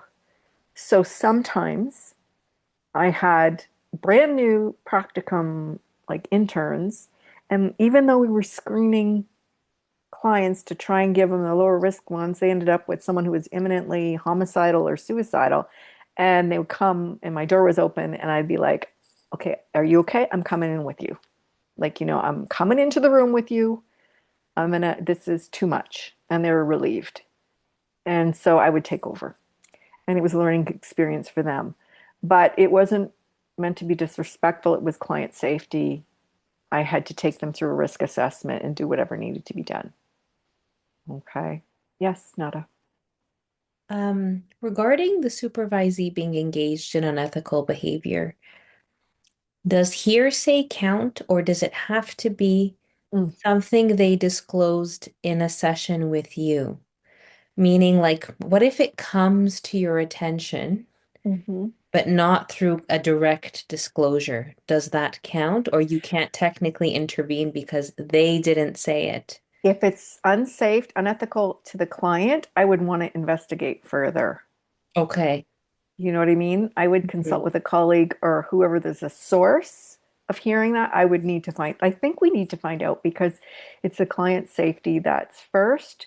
So yeah, I'd want to find out more. And yeah, I might consult with CRPO um, to find out what's expected, though I'm not sure they'd be really clear about all of it.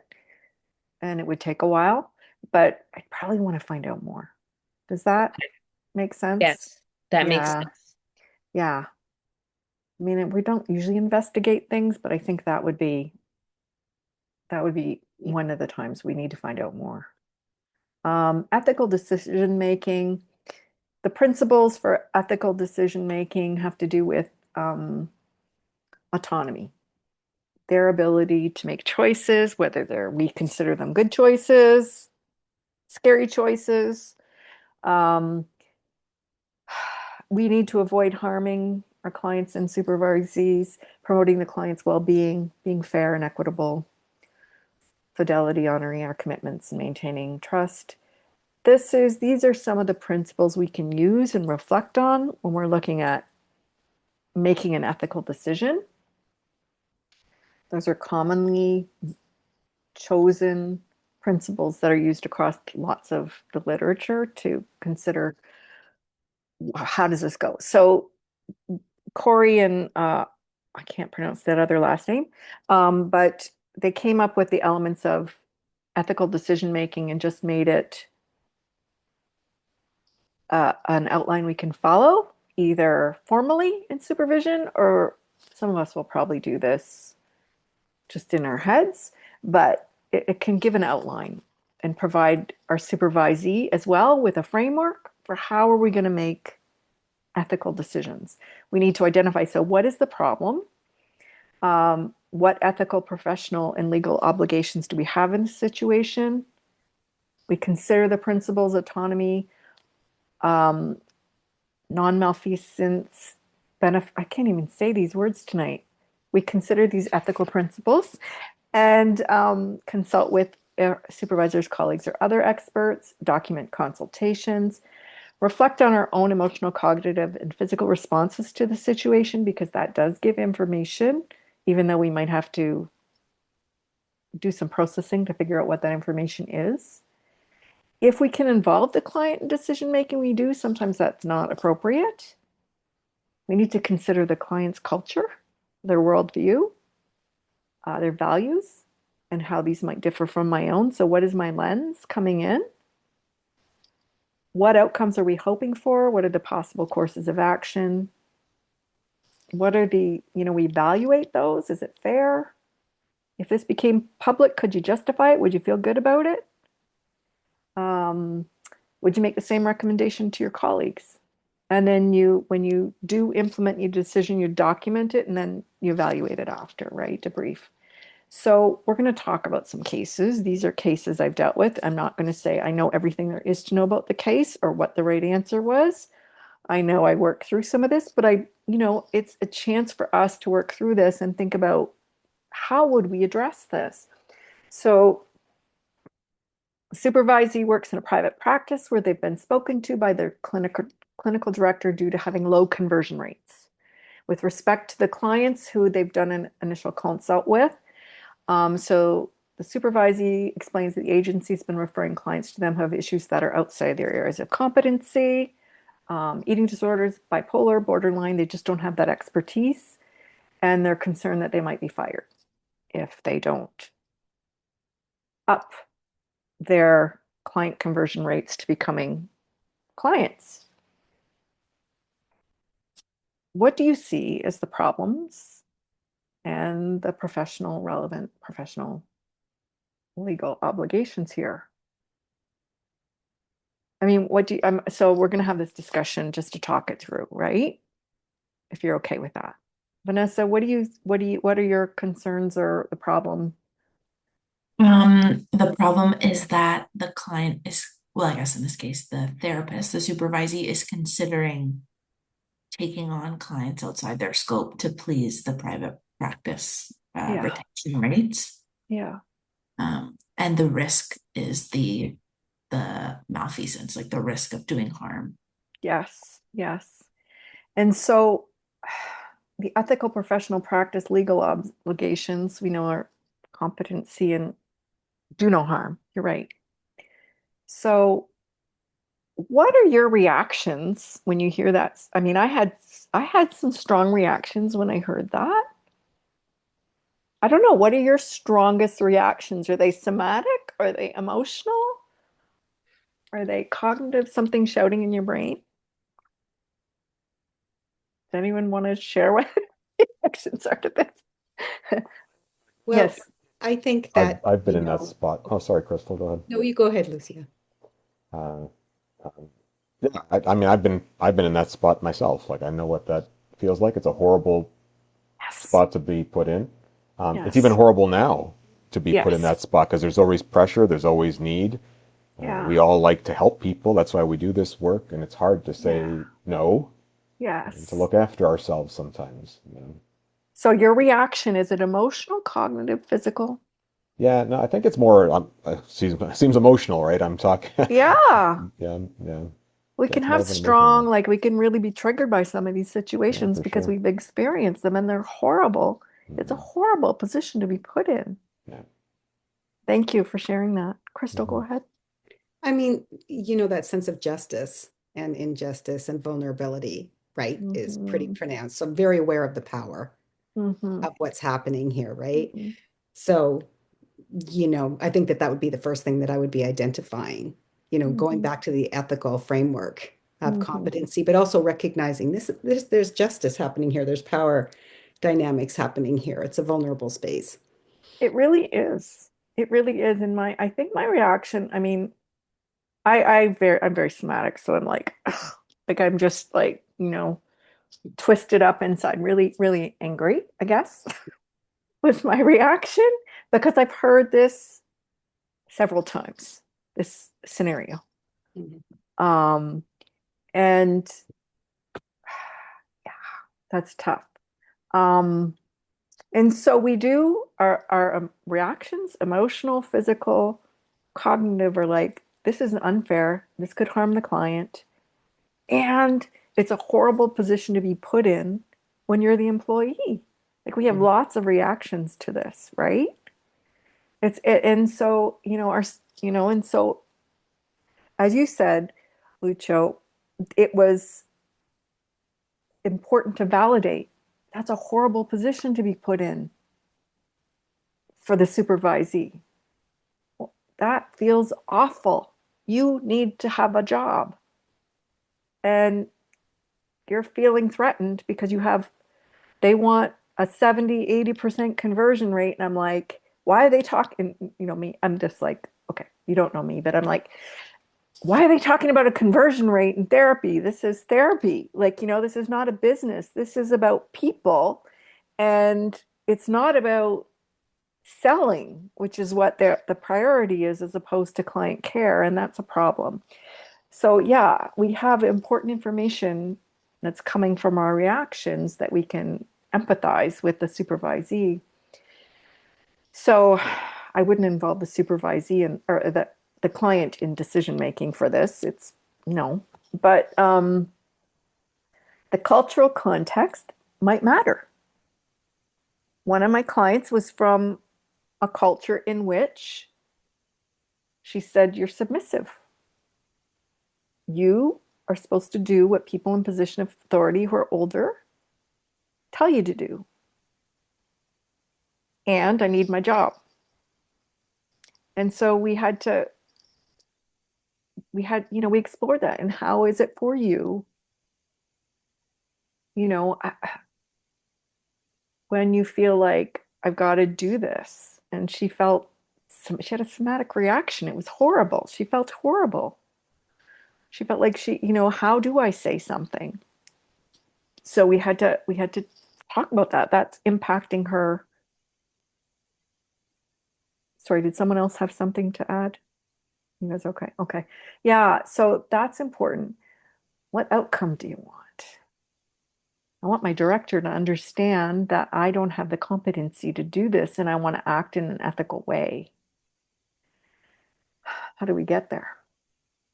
Well, I mean, what other options? What other options are there? Other options? The clinic can play for training. Sorry, Nada, you had. Also, I thought that question was directed at us. My apologies. Oh, no, yes, and it can be because I didn't. Yes, go Crystal, ahead. I You tell noticed you me. have your hand up as well. Did you want to go ahead? Uh, no, you go ahead and I'll go after you. Yeah, what other options are there? I had a thought. I'm not sure if it's a direct answer to your question. That's okay. Obviously, like everybody else, I had a very visceral anger reaction as well. But then my mind started to think a little bit about who is doing the referring. Mhm.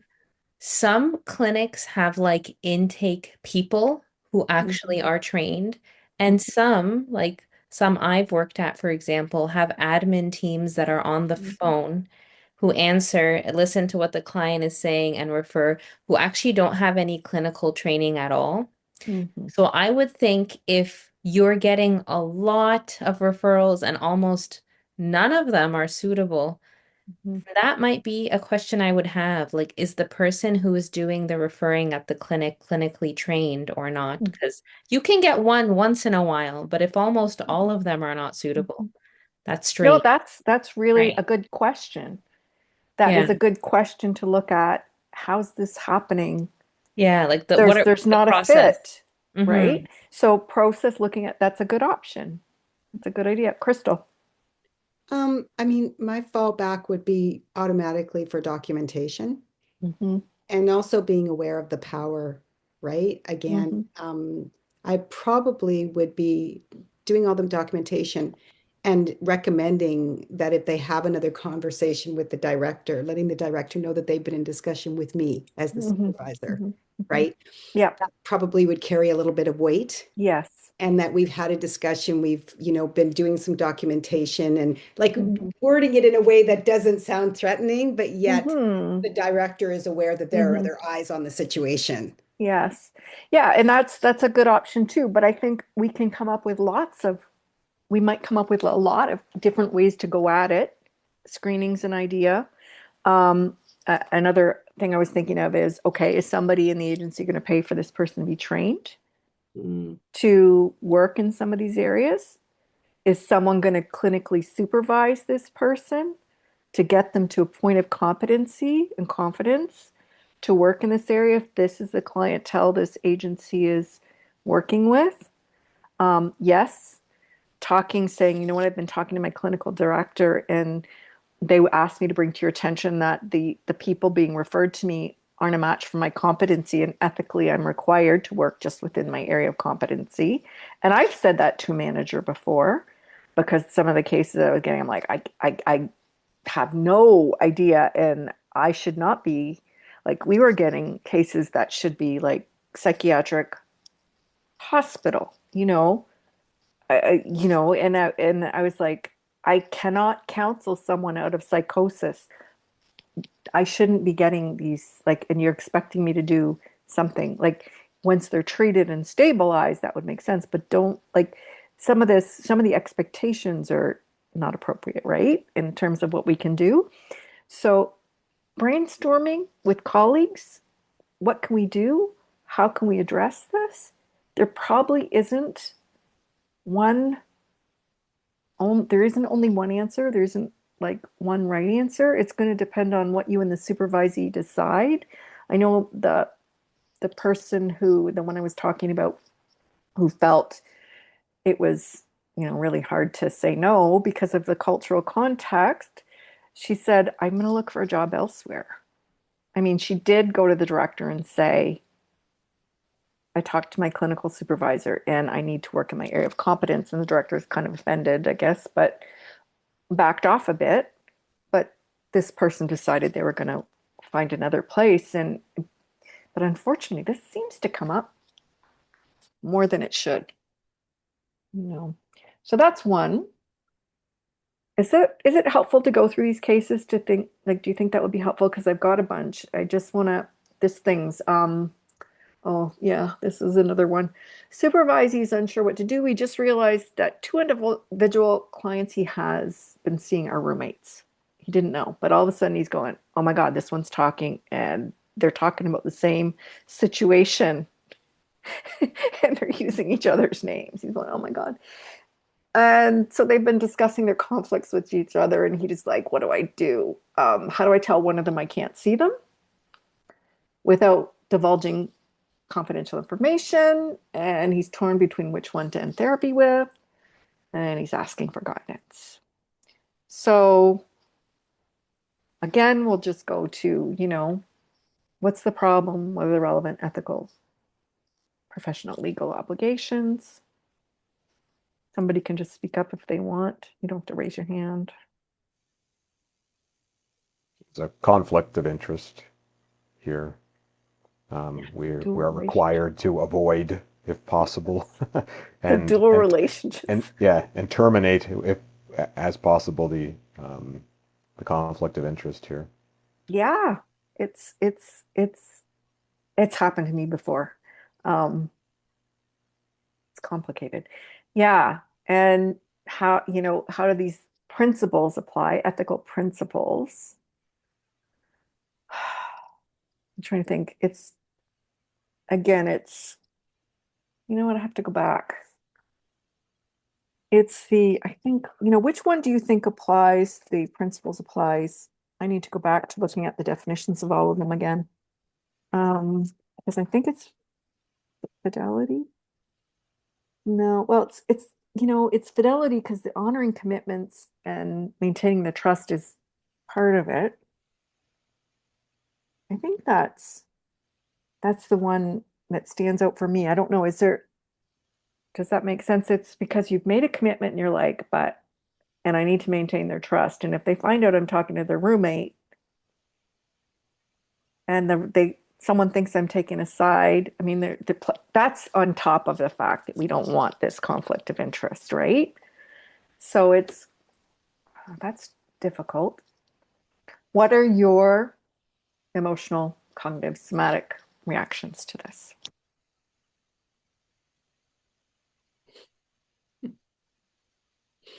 This is messy. This one's messy. This Yeah. feels uncomfortable. Yeah, it does, Right? doesn't it? It feels a little bit not overwhelming, but a little confusing, And what do right? you think the discomfort is? Um, Like, what is your discomfort yeah, about? that's an interesting question, actually. Um, I think it's because of the overlapping, Hmm. right? It's the Hmm. that fear of stepping where I shouldn't step. And I would Hmm. think that that would be how that therapist would feel. Like that's how I would feel is like, how do I navigate this and maintain professional standard? Like, Yeah. how do I explain it without explaining it, right? Yeah. Um, Yeah. because you also want to make sure you're not doing any harm, Yeah. right? And so that would be my concern is like, how do I terminate a relationship without a real explanation of why I'm I had terminating to go to the my relationship? books. I'm Yeah. going to tell you that. I Yeah. did So have to go to my books. so the complexity of it makes you a little bit cautious about how you would navigate it. So I would think as a supervisee, that would be a dicey one. Yeah, an easy one to feel overwhelmed with. Hmm. For me, the hard part about this is it's like we know what the end has to be. Hmm. Like we know we have to make a decision. So we Hmm. know the standard says we've got to make a decision. It's like, well, okay, but how do I, Who? like I'm kind of stuck with a responsibility, like a Yeah. duty, and it's on me to figure it out, but it's so, like Crystal said, it's so messy and it's not an easy thing to, especially No. when you're in it already. Yeah. Like Mm. it, like I was fortunate one time in that I recognized a potential conflict before I took the second client on, and I Hmm. was able just to say, you know, can't take the client, Yes. and I was able to avoid that. Hmm. But once you're in it, it's very difficult to extract because, like It, Crystal said, you can't explain it. That's no, part of the expectation. It's such a weird spot to be put in. You have to do something, but you can't explain we can't why tell why you why. have to do it. So, yeah. Sorry, any other thoughts? I was gonna say similar to Lucio. I've been in this scenario a lot, but I was lucky enough that it exposed itself during the consult, Hmm. always before we Hmm. even went forward.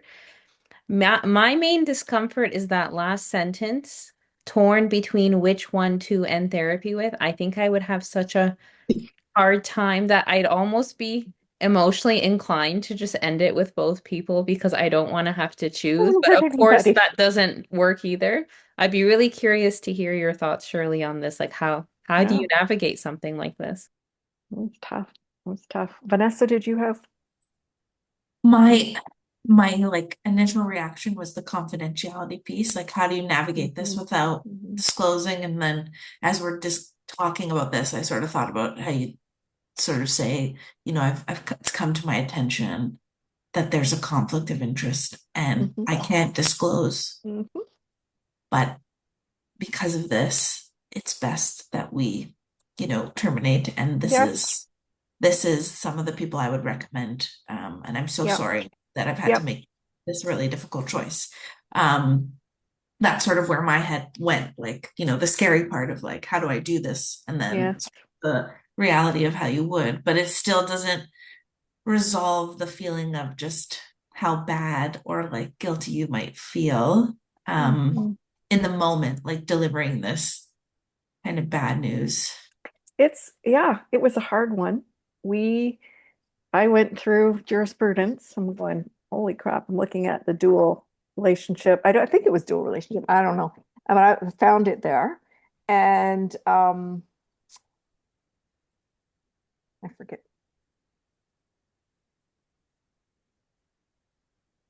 Yeah, so they had yeah. So they had some examples. And under conflict of interest in jurisprudence, you go page 34 to, I think, 37. And that was what we're reading through. And I'm like, crap, how do we do this? And that's what it was. That's what we ended up doing was it's a confidential conflict of interest. I've become aware, and they chose to do to the one who came second. We didn't know how else to do it. They wanted to have some fairness, so they said, okay, I was working with this person first. So I'm going to have to go with the one who came second. At least that feels fair. Mhm. And they said to the client, I've become aware of a confidential conflict of interest. Unfortunately, I can't share with you what that is, but I'm going to have to end our relationship. But I will refer you to someone who can be of help to you. I think will be, a good fit for you. And it was interesting because the person said, oh, I think it's because you're seeing my roommate. Like, okay. And they can't say anything. They're like, you can't say anything. But what a difficult situation, right? And it does feel, I just, they felt awful. They felt awful. It's one of those things. So there wasn't really a cultural context that came up there. There was only one outcome that had to happen. But those are hard. And I will say, I'm still baffled. Fortunately, I didn't have to sort it out. I had a situation because there are more polyamory kind of relationships. So I found I was seeing a client, and then one day another person came in, and they were my client's girlfriend's fiance's girlfriend.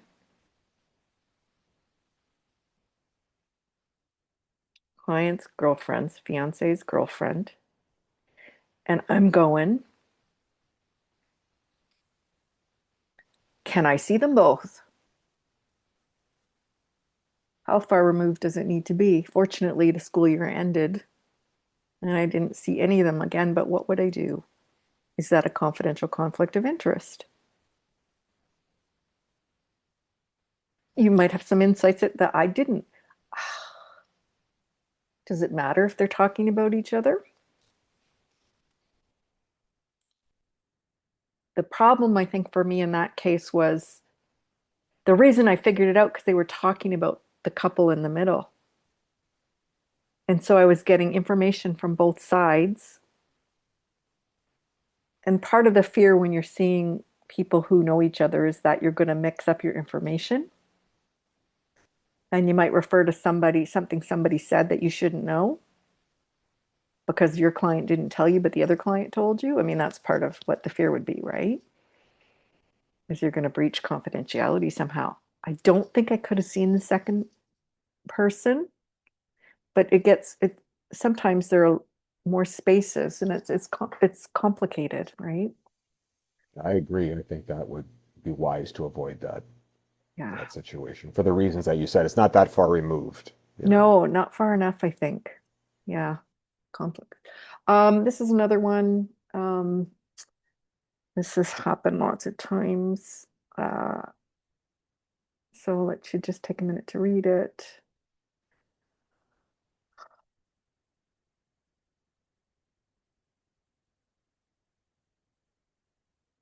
this, any of us could feel, it's hard. Those are hard. What are the issues? What are we talking about? What are the problems here? Because there are a few.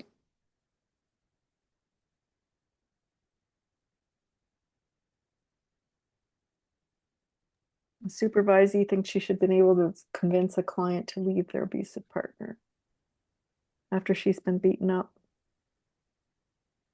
And she feels like she failed because she wasn't able to. I was gonna say, I guess, like, assuming this client is an adult, which I think I am Yes, by the these are, description, yes, yes. that the client has autonomy. Mhm. And that's very hard when, like you said, sometimes clients will, use their autonomy to make choices that may be harmful to them in the moment. Mhm. Mhm. Yeah. And so you're right. So in the supervisee, so there's the client autonomy, and the supervisee is feeling responsible, feeling like a failure, and taking this as a professional failure. Um, Ethical professional practice, legal obligations. Oh, you're muted, Crystal. Sorry about that. I agree with Nada in that, the autonomy has to be, paramount. Mhm. I mean, I'd want to ask a few questions, like, are there children in the home? Mhm. Those kinds of questions, Mhm. obviously. Mhm. Um, but, I think where I'd be wanting to work with the supervisee is recognizing the grief Mhm. that we feel in those situations Yeah.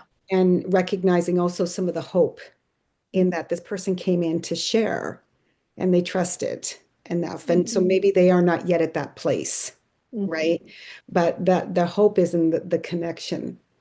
And Mhm. so, I think I'd be wanting to sort of encourage that space for both of those things. Yeah. Because I mean, that's kind of how we keep doing the work, right? Yes.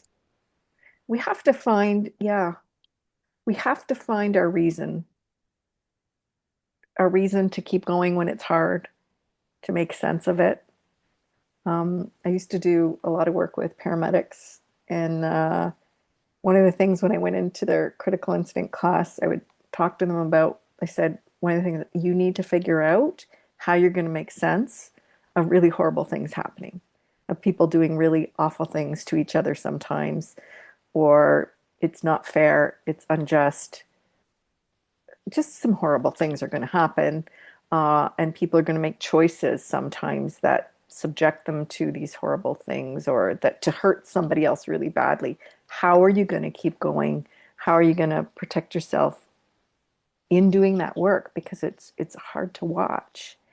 And so the self-care for the supervisee is going to be important in teaching them how to protect cognitively, physically, emotionally, while still being present and empathic. Those are hard things, right? How do we stay present and empathic? And our heart breaks, and we learn that it heals again and again. There's a strength without becoming hard, right? To be compassionate, empathic, to respect somebody's choice. We're allowed to express fear. I've done that with clients. I've said sometimes, like when a client like that, I would say, I'm going to tell you this is my stuff, but I'm afraid for you because we know evidence shows that this type of behavior only escalates. And so I'm afraid for you. Is it okay if we create a safety plan? Um, you know, that you can keep on your phone. But and I mean that's the problem solving piece. That's owning you're allowed to own it. I'm afraid he's going to kill you. Um, and I respect whatever the person's choice is, and we take care of the supervisee who's going, I haven't had to deal with this before. How do I protect myself? And so then I talk about, which is something we don't talk about. Well, we never talk about my program. How do you protect yourself from that heartbreak, or for those of us who physically process stuff somatically, in those sessions, we can feel the pain of the client. Mhm. Like I've had situations, I don't want to be this empathic anymore, but where I'm sitting and I'm saying to a client, I can feel your tears and they're stopping right there. And, they'll say, yeah. Or I can feel there's a real pain right here. And they're like, oh, yeah. And that's not a good thing. Okay. It's not something to aspire to if you don't already, because then you can get sick from that. So I talk to therapists about how do you protect yourself from that? Because you need to stay open, but not process your client stuff. None of us can process everyone else's stuff. We got enough with our own. So sometimes some people use visualization, some people use spiritual.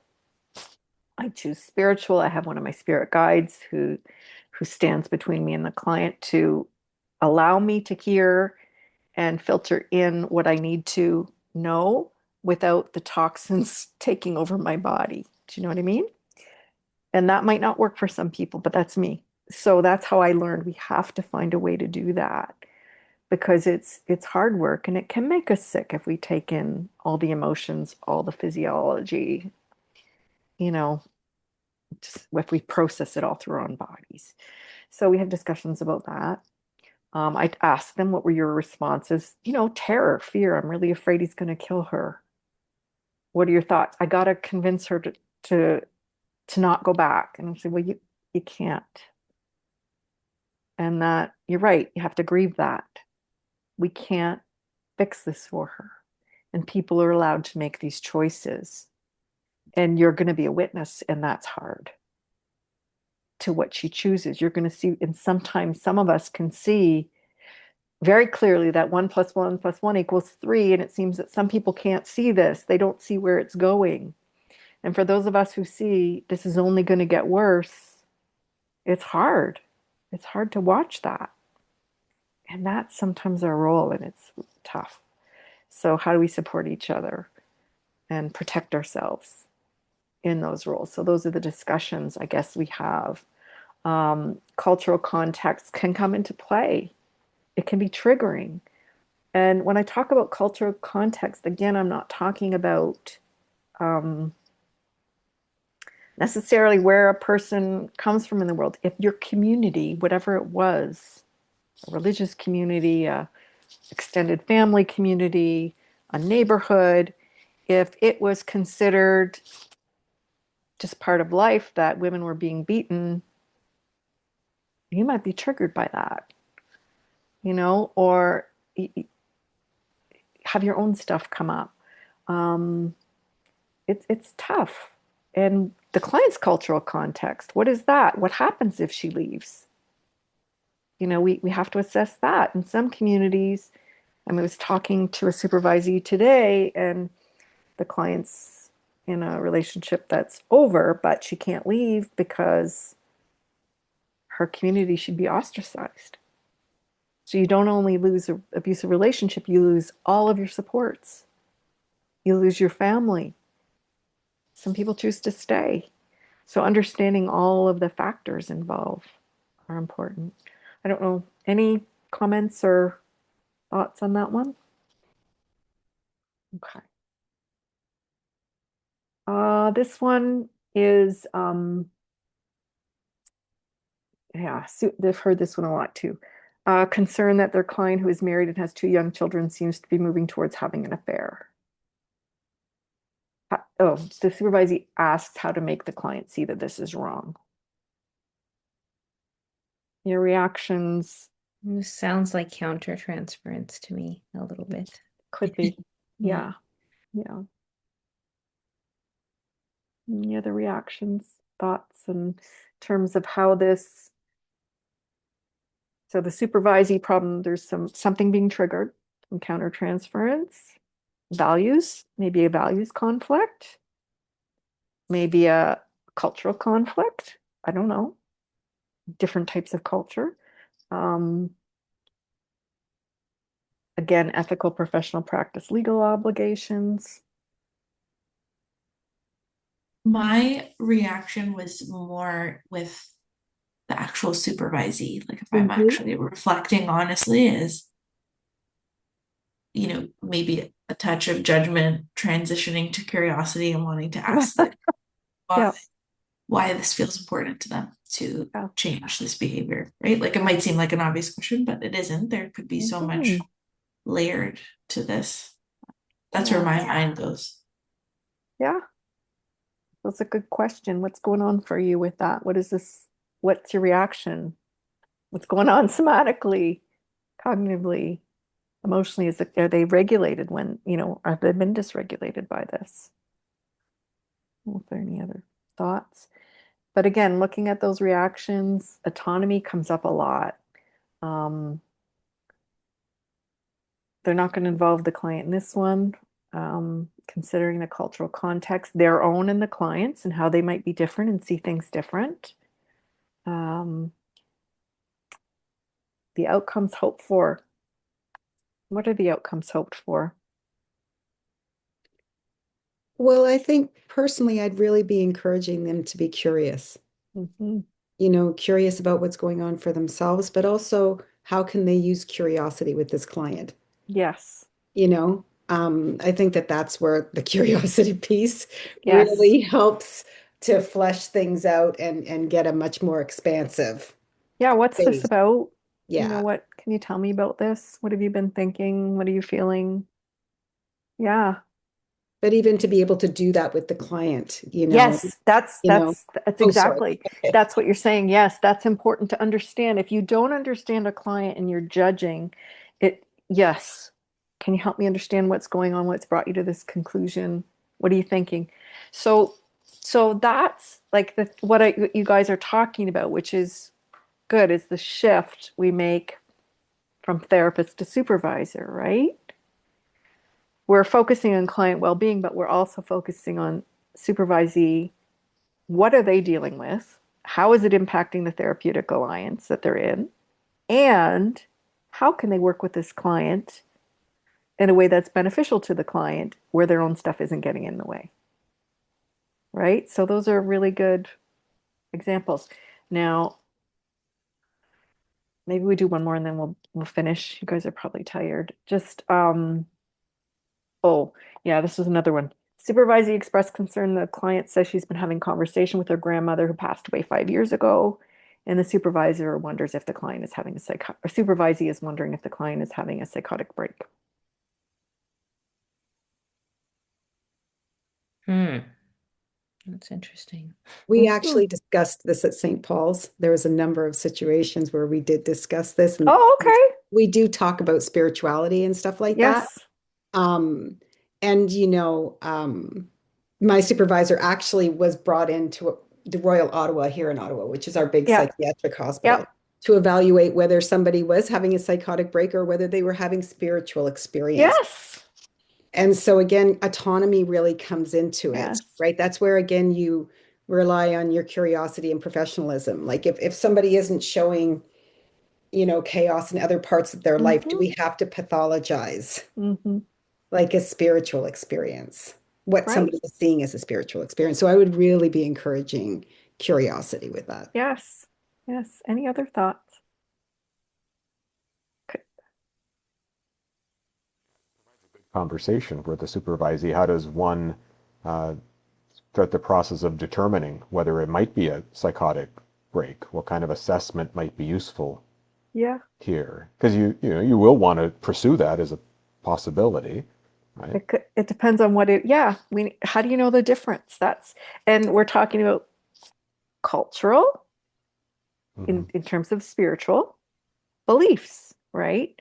So uh, I also had a situation where someone was talking about spirits in their apartment and seeing them and what was happening, and I was like, I went to a colleague who used to work at she was a social worker who worked in the prevention and early psychosis program here in London. She was the intake worker, and I said, and we're both very spiritual people, so I'm like, okay, I believe she totally could be. What if, though, I don't know enough about psychosis to know, when would I know if it's like I believe people have these experiences for sure, and they seem like good experiences. So what's the difference? And she said, what she did say, she said, is she having any commands that are concerning? Like, I needed to know that, Exactly. right? Are they commanding her to do something? Or, is she frightened? What's going on in the rest of her life? But those are discussions. And for somebody who is, for example, atheist and has no spirituality, this can be really disconcerting. So it's about teaching, understand, and I mean, for me, it was like, I think it's fine. My own experiences, that's fine. Like I get that this could happen. Um, but would someone else think, like, how would I know if it was a psychotic break? So I had to go to somebody who had more expertise. And the same with, and thank goodness I had that experience, because when somebody came with this, I could say, well, this is what happened with me, and this is, yes, and I do believe this is culture, this is values, this is autonomy, this is doing no harm and being respectful and humble, finding out more about it, right? And we don't have to be in agreement with our supervisees or our clients' spiritual beliefs or non-beliefs. We just have to be respectful. And so if I am doing, for example, trauma work, so I talk about adapting. If I'm doing trauma work with someone who is absolutely no spiritual part in their lives and they don't want to hear about, like, that's just not them. I'll say, how do you, like, I can do it from this perspective or purely neurobiological basis. What do you prefer? And they'll tell me, explain it that way. And we'll do the process that way, because it's up to me to adapt. It's up to the supervisee to adapt. The client doesn't have to adapt to my values and beliefs. It's okay, then I'll explain it this way, and we're going to do it this way. Um, so yeah, interesting. Just interesting little pieces. I Thank had a supervisor who was a psychologist, yeah. and supervised a lot of us from St. Paul's. And she always used to say, "Is the voice inside your head or outside your head?" Oh, okay. Right? And that was so if somebody's telling me they're hearing audible, like, Yeah, they're actually having hallucinations. auditor, yeah. So then Yes. now we have to go have a conversation with the family doctor or whatever it is, right? That was what Ashley said. She said, yeah, she said, are they having auditory or visual hallucinations? She did ask about that as well. That was helpful for me because I did have clients who had that, but not these clients, very helpful. Thank you for bringing that up. Thank you for your attention. I know you've had a long day. I appreciate your participation. It's always a pleasure to hear what other people think because it gives me new things to reflect on too. Two things. There's a reflective paper. I think it's 2 to 3 pages due. It's supposed to be Sunday. We didn't know that it's Easter Sunday, which some people celebrate. If you need to wait a week, just let us know. Not an issue, okay?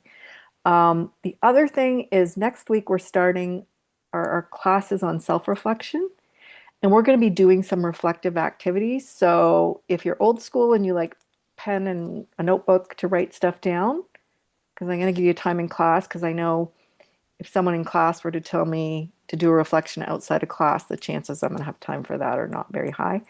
But if we do it in class, I'll probably get it done. So, and we'll be doing that over the next few classes when we meet. There will be things I'm going to ask you to reflect on to take time in class because I find that can be really helpful. So just those things. Any questions? So will this reflective paper assignment is will be something posted Oh, it's in about it? the so it's in the yeah, it's hold on, I'll read it to you. It's in the syllabus. Okay, yeah, that's fine. It's like oh, reflecting on your own. Yeah, it's the beginning. I can send it out in email, but it's just reflecting on your own learning in the past 4 weeks kind of thing about where you started with supervisory practice. I think I'm not going to say this exactly right, but kind of like what stood out for you or um, how you would incorporate that in what you've learned in your supervisory Okay. role, something like that. That's the gist of it, but I'll find it and email it. Okay, thank you. Okay. Yep. To submit, Shirley, do we just email it to you and Jen? Email it to, yes, that connect at clinicalsupervisortraining.ca, that email. Yeah. So you'll get, when I email what the paper's about, it's back to that email. Any other questions? Okay, lovely to see you all. Have a good evening, and I'll see you next week. Okay, bye everybody. Thank Take care. you. Bye.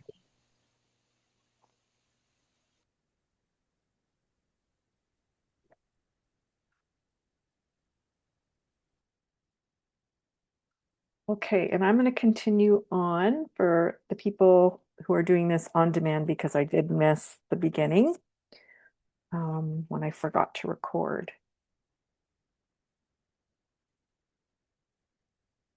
So in terms of today, let me go back to where we started. Sorry about this. I don't know how to get back to the start any other way. Oops. Okay. So what I talked about to begin with was just a bit of background for myself, and that I've been doing clinical supervision since 2002. And since that time, I've worked with about a little more than 70 therapists. And they varied in experience from brand new on practicum as interns to people who've had 10 or more years of experience. I currently supervise 15 therapists, but not all weekly. Some are as needed because those are the most experienced therapists. Some are weekly, bi-weekly, that sort of thing. And what I'm going to do in this class, or what I've already done in this class, is I've been mentioning the questions that come up most often in supervision based on ethics, professional practice, and legal standards in trauma-informed care. So that was sort of the background, and that's where I'm coming at it from. And so I hope that this has been helpful for you in understanding the legal and ethical frameworks of the College of Social Workers, College of Registered Psychotherapists in Ontario, and trying to think, and having an opportunity to apply ethical decision-making principles from a trauma-informed lens, because we can be told, you know, these are the ethics, they're statements, but what does it mean? What does it mean when I'm faced with a situation where a supervisee seems unfit to practice? Or what does it mean when a supervisee comes to me and their values are in conflict with those of the client?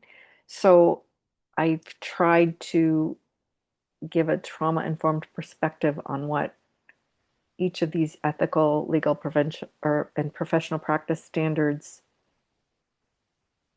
mean in terms of practical application. And certainly it's not the only way to see it. I've learned a lot in my 34 years as a therapist, but I certainly don't know everything. And so, and there is no one right answer. So I hope that you will find the discussions and the areas we've covered helpful. And if you have any questions, just email me. Take care and have a good night.